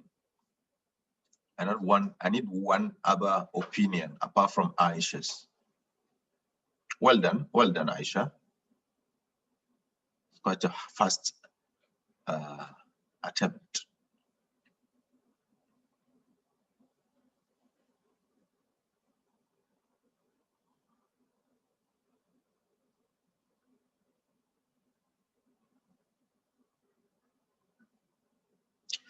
Okay, Shaban says, okay, Shaban has also come. Let's see what Aisha has given us. Aisha is saying, yanzur is fa'il, and insanu is the fa'il. What kind of fa'il is it? Mudari, yes. Yanzur is fa'il mudari. I like that mudari because it's for the ya, one of the Anita harfs. Yanzur, and this kesra, by the way, is just for flow. Fa'il never takes a kesra. A fa'il never takes kesra. This kesra is only to be able to pronounce this easily. لِإِلْتِقَاءَ السَّاكِنَيْنِ. Sukun on the ra is yanzur, and this is fal. You remember the fal? And none of you have mentioned the fal. Fal has to be mentioned first because fal is harf of lightest. See, Aisha, fal yanzur. So fal is harf of lightest. Yanzur, yes, iltiqa as-sakinaini. But this fal is what I'm talking about. This lam is called harf of lightest, harf jazimat al-mudari. Yes. You didn't do what? Hey, Aisha, don't put me into trouble. Huh? Didn't we learn in lamma, wal, and fal, and li? Yes, so yes, that's it. That's it, fal. We said that the fa is atifa, the lam is actually the harf. So we have wal, and it can be wal or fal, but the lam is the harf that causes, that's the lightest, but then the waw and the fa are always atifa. Yes, that's it. Okay. Al-insanu, you say, is the fa'il, according to Aisha. Yes. And then ila is harf jar. Ta'ami, you said, is majrur. And ha is dhamir muttasil. What about it? There's something missing there. Shaban says yanzuru is the fi'il, and then insanu is the fa'il, ila is harf jar, and then ta'ami is the majrur. Yes, but ta'ami is mudaf again. So this ta'ami is majrur wa huwa mudaf, majrurun wa mudaf, and then he is mudaf ilay. Yes, correct. Yes, correct. Okay. Innahu laqawlu rasulin kareem. Habib says yanzur fil. Okay, insan the fa'il ila harf of jar. Ta'ami is majrur. He is mudaf ilayhi. Very good, Habib. Very good. Let's go to innahu laqawlu rasulin kareem. You have 30 seconds to do that. Innahu laqawlu rasulin kareem. This one.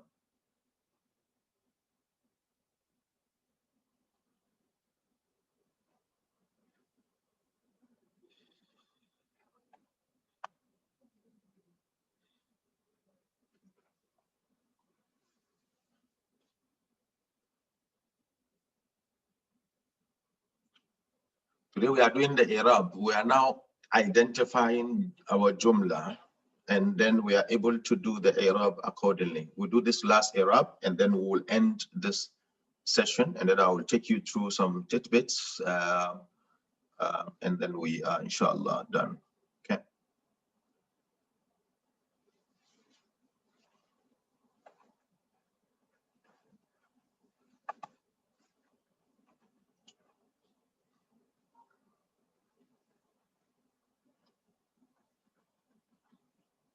And of course, I appreciate a lot of you who are here and are participating with us, even though you are not the focus group. But particularly some of you who are the teachers and who are the ustads, you need to participate and you need to extend this knowledge out there for the benefit of others. Okay. You have 2 seconds to go. Innahu laqawlu rasulin karimin. As usual, Aisha has come out with a version of her answer. I'm waiting for another one. I'm expecting either Habib or Asma. Hey, senior Asma. Okay. That is an interruption there. Good. And by the way, this class, the former class of November, class of October, you are going to be engaged in active Nahaw analysis in the Nahaw in action. So the focus will now be in Nahaw in action in the evenings, okay? In the evenings. So in the evenings, you will be attending Nahaw in action with Malama Medina, and it's going to be from 8 to 9 p.m. GMT, inshallah, starting from tonight. I'm not sure if it is tonight or tomorrow. I'm sure Malama Medina will give you that information, where you will be doing the analysis of Al-Quran, particularly in Juz Amma. So please don't lose that opportunity, because he will be preparing you before the end of December for us to start Sarf. And Sarf is a very interesting subject. As I said, it teaches us the pattern of Arabic words and how we will be able to form Arabic words by our own selves. And those Arabic words will be Arabic. Imagine when you would have to form a word yourself and it is Arabic. I mean, this is what we'll come to learn, inshallah, somewhere in January. So tomorrow, okay, inshallah. Starting from tomorrow, you will be doing Nahaw in action with Malama Medina, inshallah. Okay. Okay, Asma, that's not what I asked you. I'm asking. Okay, sorry, you have already given your answer. Where is Habib and where is A? Have they taken Shaban? Has the steam taken away from you? Good. Okay, let's see what Aisha had. Aisha said, Inna is harf of Nasb. Who is the ism of Inna? Laqawl is Mudaf. Okay. Rasul, sorry, yes, Rasulin is Mudaf ilayhi. And it is Mawsuf, and Kareem is Sifa. MashaAllah. Inna harf of Nasb says Asma. Huwa is the fa'il. Can you get a fa'il in Jumla Ismiya? Because this is Jumla Ismiya. Inna can always be in Jumla Ismiya. Li harf. I'm sure that's why you made that face up there. Okay. Shaban says Inna is harf tawkid wa nasb. Yes, it is harf tawkid wa nasb. Okay. It is emphasis. It gives emphasis as well as nasb. And nasb is the most important aspect here, because We are not more in no much in Lugha as we are in the Nahu. And in Nahu case, it causes nasb to the ism after it, okay? And then huwa is the ism of inna in la qawl. La qawl is fail. No, qawl is not a fail. Qawl is an ism, okay? Okay, so, wow, okay. Rasulin is mudaf. How do you have qawl fail and then Rasul becomes mudaf ilay? You cannot have a fail in the idafa concept, okay? Karim is sifa, you are right. But there is no fail here, okay? Qawl is an ism. Habib says inna harf of nasb, who is the ism of inna, la, lam al-qasam. Okay, okay. Qawlun is the khabar. Yes, qawl is the khabar, absolute khabar of inna. That's what you need to say. So this is ism of inna in the ism. Qawlun is the khabar of. You can see that this lam does not affect the qawl. That means it's the lam of tawkid or lam of emphasis. Okay. Okay, verily. So it's lam al-tawqid, okay? It doesn't affect the ism there. And then it's mudaf and Rasul is mudaf ilayhi, Karim is sifa. Very good, very good. Okay, so with that, we would end this session and pick it up from here. Jazakumullah anna. Oh, mashallah.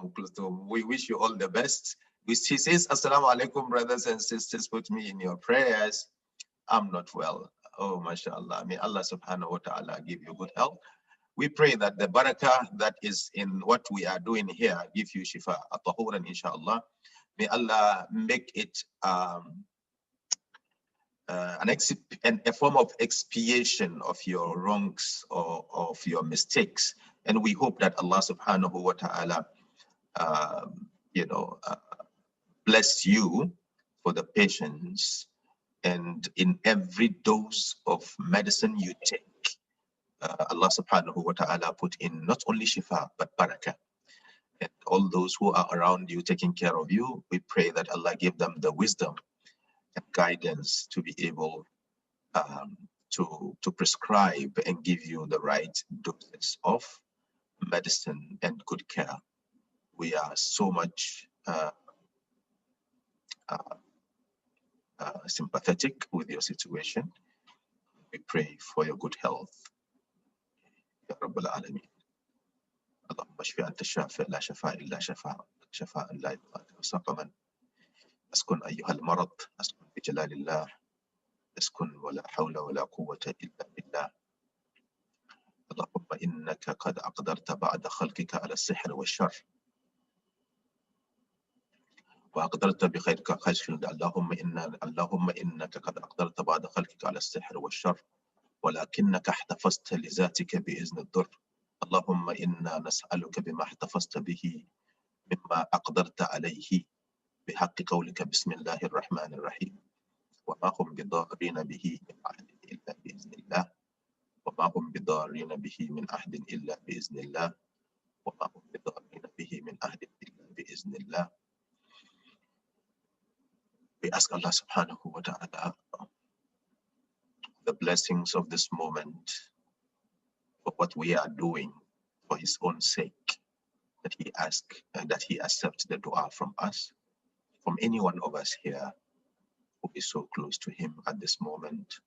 May Allah subhanahu wa ta'ala, through him or her, accept our prayers. Ameen. Thank you all for also accepting to pray together with us. And when we go on to our prayers, let's keep on praying, particularly when we are in our sujood. Okay? Okay, so let's take this short things before I go. Let me take 5 or 10 minutes of yours.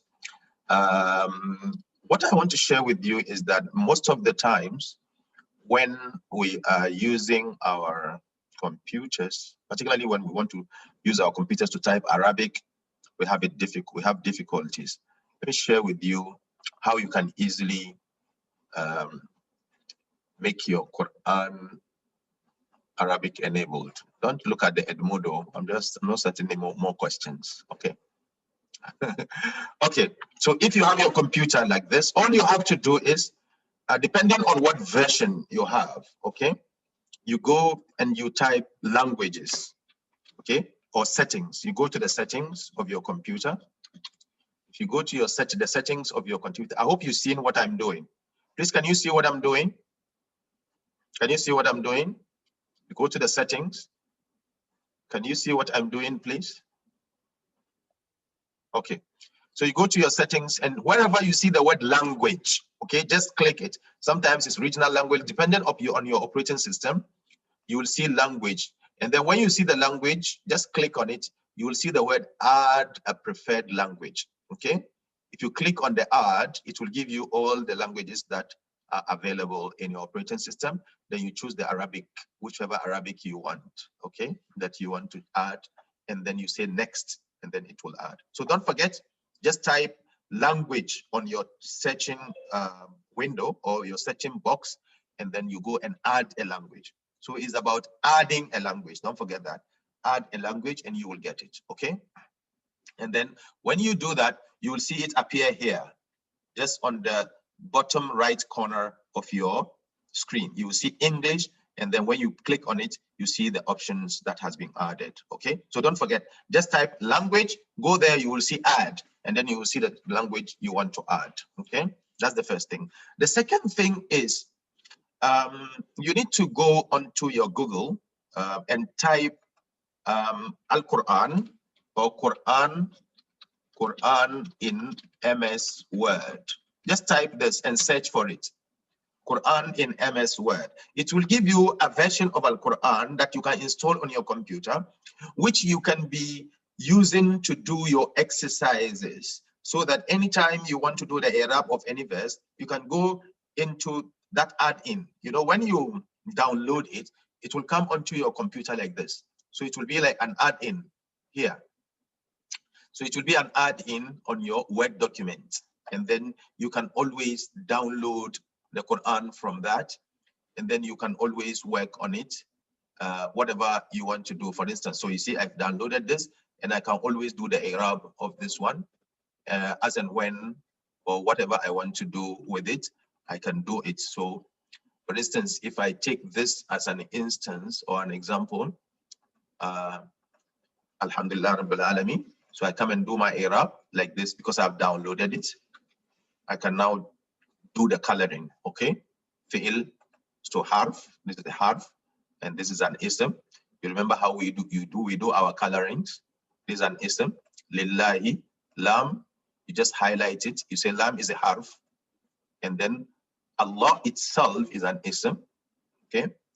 Lafzul jalala, sorry. It's supposed to be, and so you do that.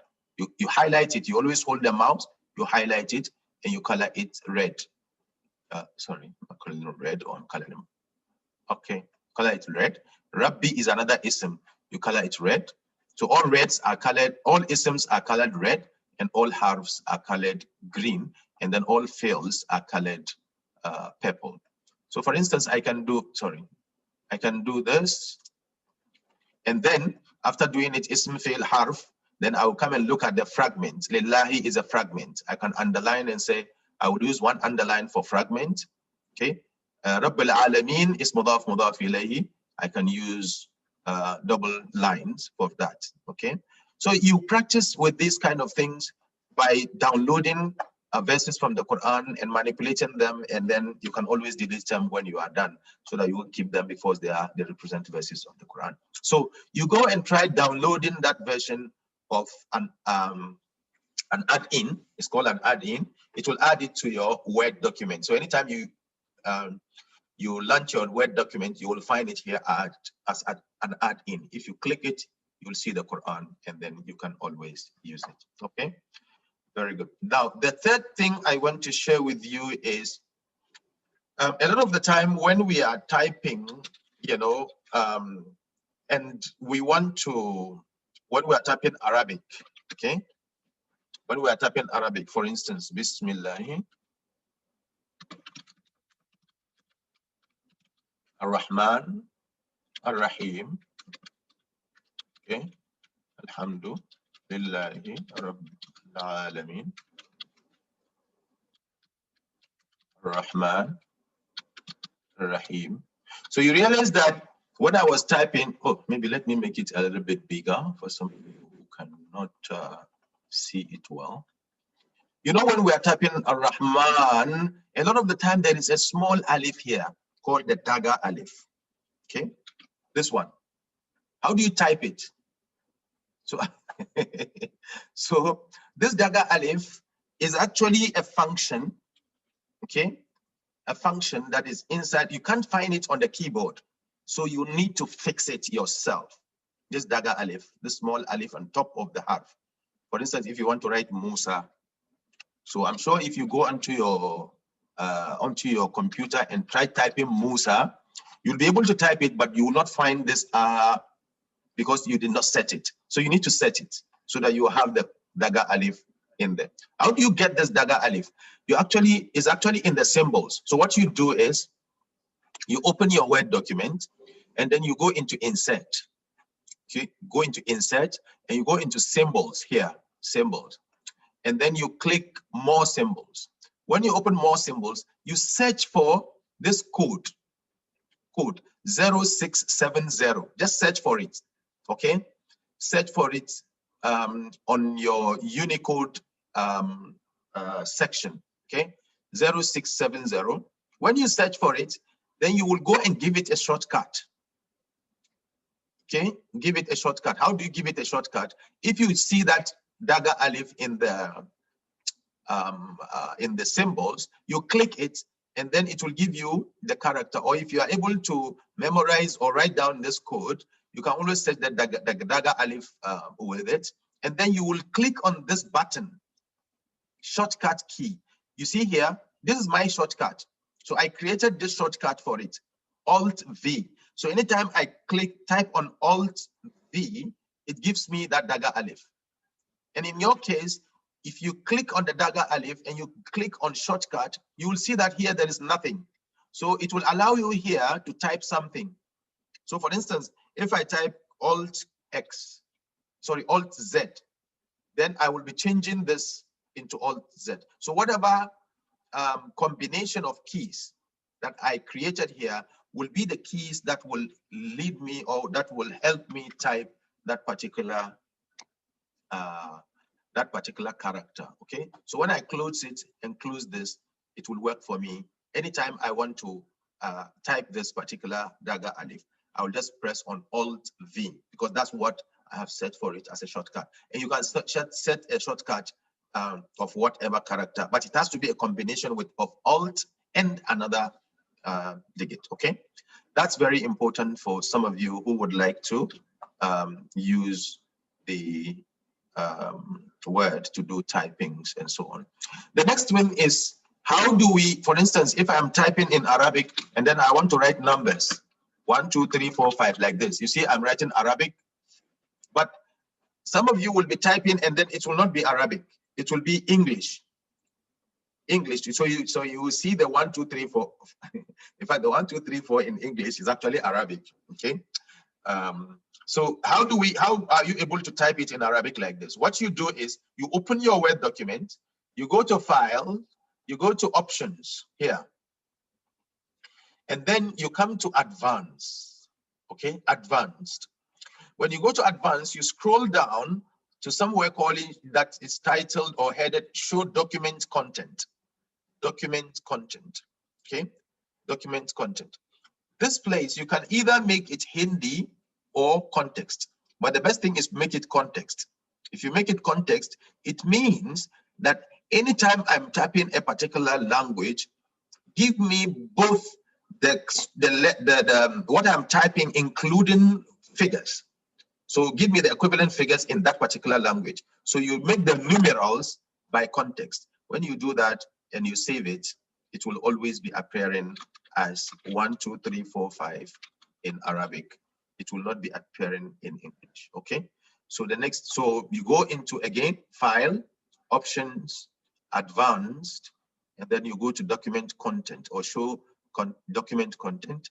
And then you change the numerals here to context, and then you are done with that. The last thing I want to share with you is the typing of, sometimes you like to type certain stylish Arabic text, right? Maybe, for instance, in my case, for instance, I have said sallallahu alayhi wasallam.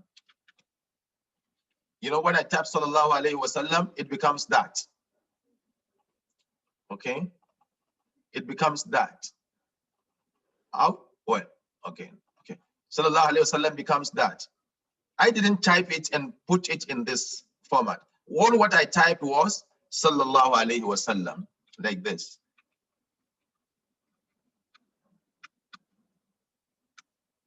Like this, sallallahu alayhi wasallam. So the moment I finish wasallam, I hope I'm right. Okay. Okay. The moment I finish typing sallallahu alayhi wasallam, the whole of it will come into that style. What happened is that I did the setting in my computer that anytime I type sallallahu alayhi wasallam, it should go into this design. And those designs have been encoded onto your Word document. All what you have to do is to go into the same place, insert symbols, as I shared with you earlier, and go to more symbols. Now, when you go to more symbols, you see that here it has been categorized. There are categories here of the fonts. If you click on the font, you will see a lot of categories here. You select the AGA Arabesque, okay? AGA Arabesque, you can write this word down. That is the kind of font where Arabic texts are made in a stylish form or decoration, which you can always use, okay? So if you click on any one of them, for instance, this is As-salam, alayhi salam, and this is Sallallahu alayhi wasallam, and this is Quran al-Kareem. Whatever you click on, you realize that it has a code here. So this is the code you are going to note. So the code for Sallallahu alayhi wasallam in my case is 114.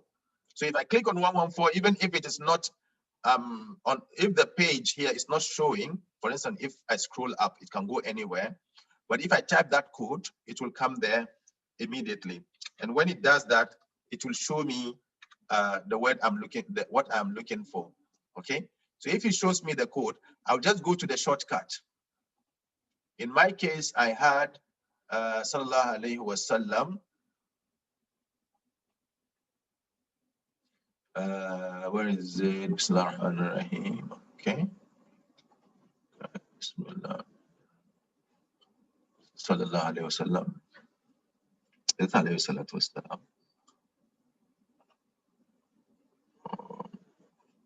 This is Radiallahu anhu. I'm looking for Allahu Akbar. Or let's say Bismillah ar-Rahman ar-Rahim. I think this is Bismillah ar-Rahman ar-Rahim. Kulla amin or amin S.A.I.D. Okay, generally, this is how actually is done. Just as we did for the Daga Alif, the same thing with all these kinds of designs. If you underline Allah, all you have to do is you click on it, and then you see the code, and then you can go and create a shortcut for it, or you create an autocorrect. Now, this is the autocorrect. This is what I use to create my Sallallahu Alaihi Wasallam. Okay? If I click on autocorrect, it will show you that this word Allah, it will ask you, what do you want to replace with this designed Allah? So if in my case, I write, for instance, Allah, my normal Allah, it should change into that design. Okay? If I add it and say, okay, anytime I type Allah, again, for instance, so anytime I type now Allah, should give me,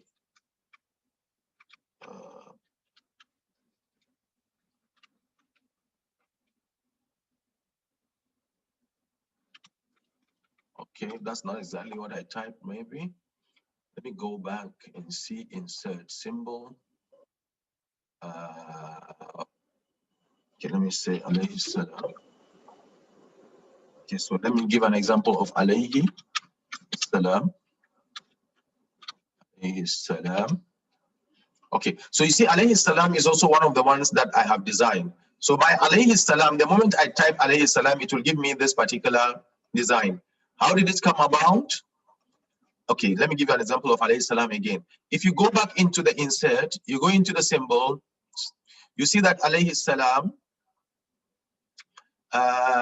is also, okay, this arabesque.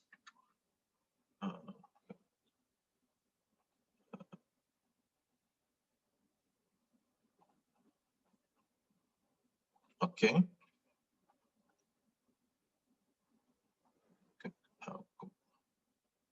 So this is alayhi salam.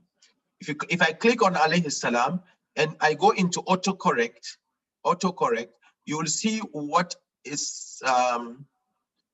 symbolizes. Alayhi, you see my alayhi salam. So you see, so I'm telling the system that anytime I type alayhi salam, it will give me that design, this one. So anytime I type Azza wa Jalla, it gives me that design of Azza wa Jalla. Anytime I type Radiyallahu anhu, so all I have to do is I'll come here and then I'll type the alayhi salam. So this one I've already done it. I'm just giving you an example. So you see this one I have typed. So I will type my, normal alayhi salam, but then the system will give me the designed one. So this is what you do. You do that, okay, by going to autocorrect. And that autocorrect can either be in any, word. For instance, if I take this particular this scary face, if I take this scary face and say, let me autocorrect it, and then I come here and I type maybe face. Let me say face. If I type face here and I add it and I say, okay, if I come here and type face, it should be able to tell me or to give me that particular face that we saw there. See?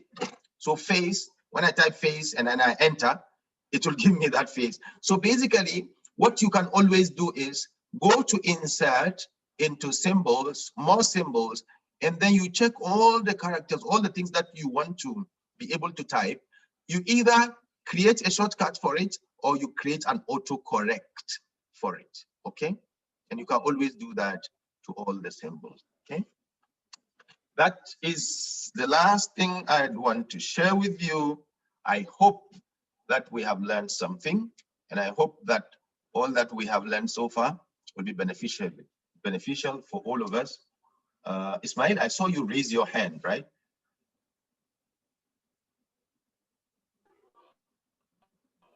Yes, Ismail, please unmute yourself. Today, I want to hear your voice. Unmute yourself and speak. Wa alaikum salam wa rahmatullahi wa barakatuh. Yes, yes, today we can chat. We appreciated this program so much. Thank you very much. Thank you too, sir. Thank you. After this, I want to ask a question. Go ahead. When I want to type yawma idhin or ulaika with that alhamza at the middle. Okay. Ulaika with alhamza at the middle or yawma idhin with alhamza at the middle. Yes. That is what I want a clarification for. Okay, very good. Okay, let me try and see. I have not tried that before, but let me try and see, Ismail, if we can do that. Okay, so for instance, let me launch again my Word document. Let me type again my Word document. Very good question there. I like that. Sure. Here's my Word document. Okay.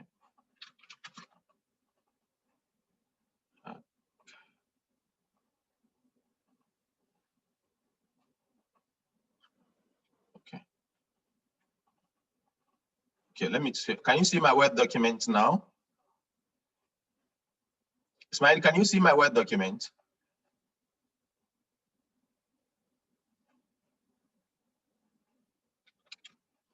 Assalamu alaikum. Can you hear me?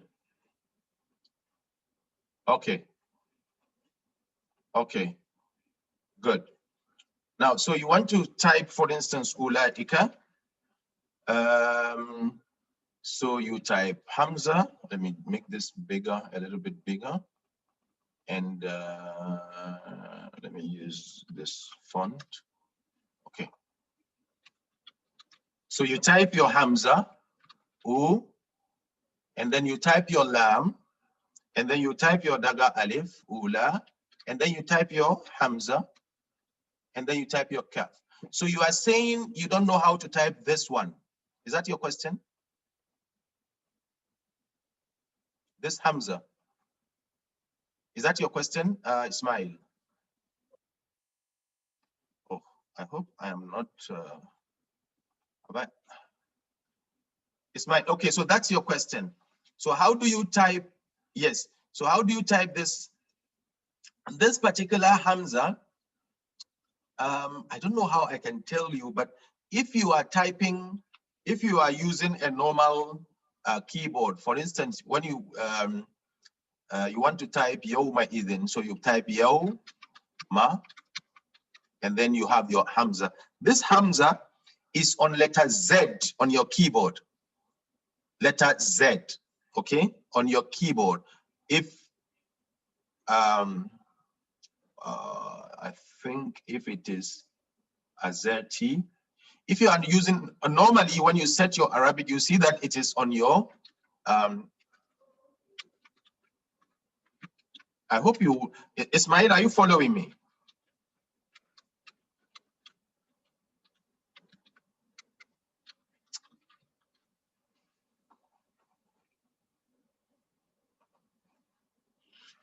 Okay, so you try typing it, you will see it on your letter Z. If you enable your Arabic, normally that's where you will find that particular Hamza. And if it is Fatha, the Hamza will be at the top. If it is Kisra, the Hamza will be below, and so on. Okay. Okay. Jazakallah khair. Subhanakallahumma wa bihamdik. Ashhadu an la ilaha illa anta astaghfiruka wa atubu ilayk. I thank you so very much all for coming, and hopefully we will meet again. I have all your contacts, and we'll definitely share with you when we will be starting the Sarf. Sarf also, we are going to do it intensive in this manner. However, I would like to inform you, some of you who have friends, and some of you who have people who are also who want to learn the Nahu in this form. I did it actually with a certain format for our ulama who already are teaching, but would like to know how to use this content, English content, to teach. But the Nahu, teaching the Nahu in a very systematic or in a very normal space or speed as basics, it will be started somewhere. Not sure if it is this month or next month by one of our Ustaz, Abdul Majid. He will be taking basic Nahu for the males. So any of you who would like to join, please let us know, and inshallah we'll make that class, particularly the elderly who want to do the Nahu for basics. And the female class will also be done or be prepared by some of our sisters for the elderlies, for those who like to also join. But the details of those classes would be shared. And that is where you will learn it, steadily. For some of you who want to really learn it as learners, not as ustaz or teachers at the madrasa and so on. And there you will have the details of some of the things that I have summarized and I've gone on to with speed and a little bit complexity. Okay, inshallah, our TAs would be here to arrange for those classes very soon, and the communication will reach you. When it reaches you, please, if you are not ready to do so, share it with other people who would like to benefit on how to access the Quran directly. And as I said always, that anyone who learns Nahu with this format and this understanding it and these concepts, it's easy for him really to go into learning even Arabic. It's learning, a lot of the time we want to learn the Arabic, but the consequence of learning the Arabic, or the impact, normally should be that you will be able to understand the Quran as a Muslim, right? But if you don't learn the Nahu, really by learning the language, does not really take you to understanding the Quran. You need to learn the grammar of it, the grammar, and as well as the morphology, which is the sarf. That gives you a bigger hold onto the language. When it comes to the language, you just need people who speak it around you. You need them. You cannot just perfect a language by learning it alone. I have been sharing this with you yesterday, telling you that um, I learned Latin in my university level, and the best subject actually in all my subjects was Latin, but it's not spoken. So it's all about concepts about the language. You read a whole book, but you don't speak the language. All you know is you are looking at you get to know the meaning of the book, or the meaning of the text, by looking at the ending sounds and ending combination of the words, and you are able to do the translation. So you translate a whole script without you speaking the language, just by following the rules. And that's why how certain maxims and certain dictions are given to us from the law books for us to translate, because they are in Latin. Because the Latin, because it's a more syntactic language, so you just need to understand the rules that govern the language, and you'll be able to do the translation. So we are trying to apply the same to the issue of Arabic. Some of us who are not fortunate to be in a setting where Arabic is rampant, where we can really find people who are speaking the language, get trapped with this idea that if you don't know the language, you cannot know the Al-Quran. And so we are stuck. We cannot go to the Arab countries and stay there for some time, or be in Makaranta where everybody is speaking the language for us to understand the language. And we are also there trying to say that we want to understand the Quran directly. So how can we do that?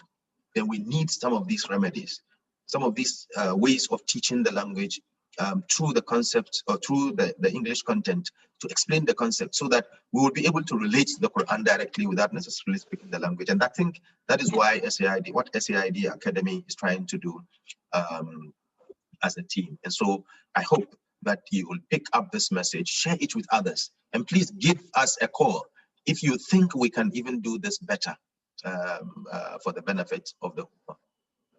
That's all I have. Subhanakallahumma wa bihamdik. Aisha, we can always get better. Nobody can ever be perfect, okay? We can always get better, and we can only get better by practicing. And as I said, the Nahu in Action team is always there to assist you.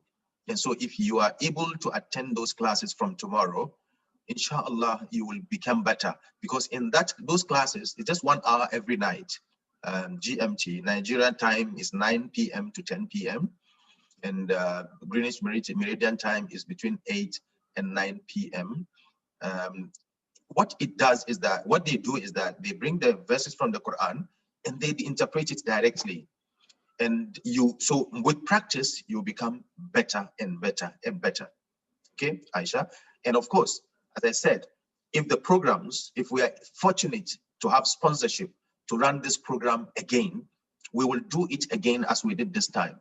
I mean, almost every one of us forget that we have been doing this free of charge. And because there are some people, some benevolent, good-hearted people who are helping us do this. And we hope that we will all pray for them.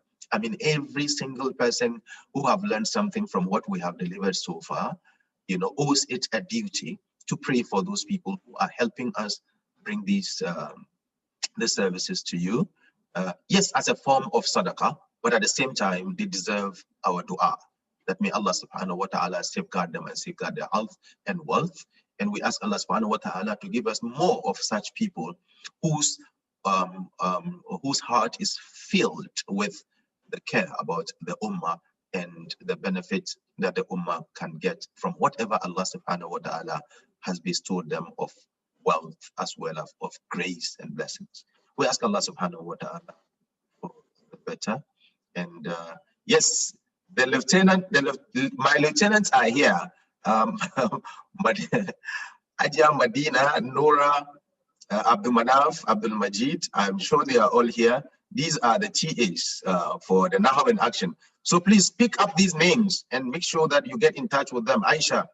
And Aisha, we are asking and we are hoping that yourself and Asmao and Habib and Ismail, Muhammad, these, I mean, get in touch with us, and probably we make it a society that propagates this concept of learning the Arabic directly from the Quran without necessarily saying we want to speak Arabic.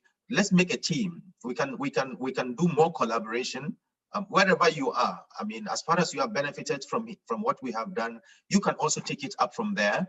And inshallah, we'll share this good news out there. And I'm sure from your side, you can even push us even further to make this even better, inshallah. Okay, we are working hard to get more learning materials that we are going to share with you. And I think somebody earlier on was asking of today's slides. Actually, I've not been sharing the slides because my slides are like my blackboard. I think somebody asked about these slides some time ago, and I said, my slides are like my blackboard. Tomorrow, by the time I come back, this slide will be changed again. So the handouts that we gave are the actual books, but we have the book that is well structured. Yes, the well structured book, the full one, that one is what we are going to use when we want to do the full program. And the full program is about 5 months. Okay, 5 months program is the full one. Hopefully, when we are going to do that one, we are going to share the full book for this particular model, and then a lot of you would have access to it. But we will continue this discussion on our WhatsApp page. So please be there with us, share the ideas with us, and let's benefit others, just as we have always received the benefit. That's what Allah subhanahu wa ta'ala told us, that just if you want Allah to bless you, you have to have the heart to also bless others. And we pray that Allah subhanahu wa ta'ala give us such a tenderly heart. And may Allah subhanahu wa ta'ala have mercy on all of us, those who have passed on among us, in our families, in our relatives, and so on. May Allah subhanahu wa ta'ala have mercy on them. All those who are reasons for what we have become today, all of us, may Allah subhanahu wa ta'ala give them the reward of what they have done. The Prophet Muhammad sallallahu alaihi wasallam has informed us that after the death of a human being, all his actions are stopped. All the rewards of his actions are stopped, except those which he has planted himself. And one of them is any contribution you had, okay, or he or she had in the betterment of anyone who is alive and using that knowledge. So anything you put in the seek of knowledge or in the sort of knowledge is of a blessing, not only here in the world, but also in the hereafter. We ask Allah subhanahu wa ta'ala to let this also be part of our sadaqah jariyah. All of you who have also attended the courses and make it lively, you are also part of the players, and you are also going to receive the rewards, inshallah. سبحانك اللهم وبحمدك أشهد أن لا إله إلا أنت أستغفرك وأتوب إليك. بسم الله الرحمن الرحيم. والعصر إن الإنسان لفي خسر إلا الذين آمنوا وعملوا الصالحات وتواصوا بالحق وتواصوا بالصبر. بسم الله الرحمن الرحيم. قل هو الله أحد الله الصمد لم يلد ولم يولد ولم يكن له كفوا أحد. بسم الله الرحمن الرحيم.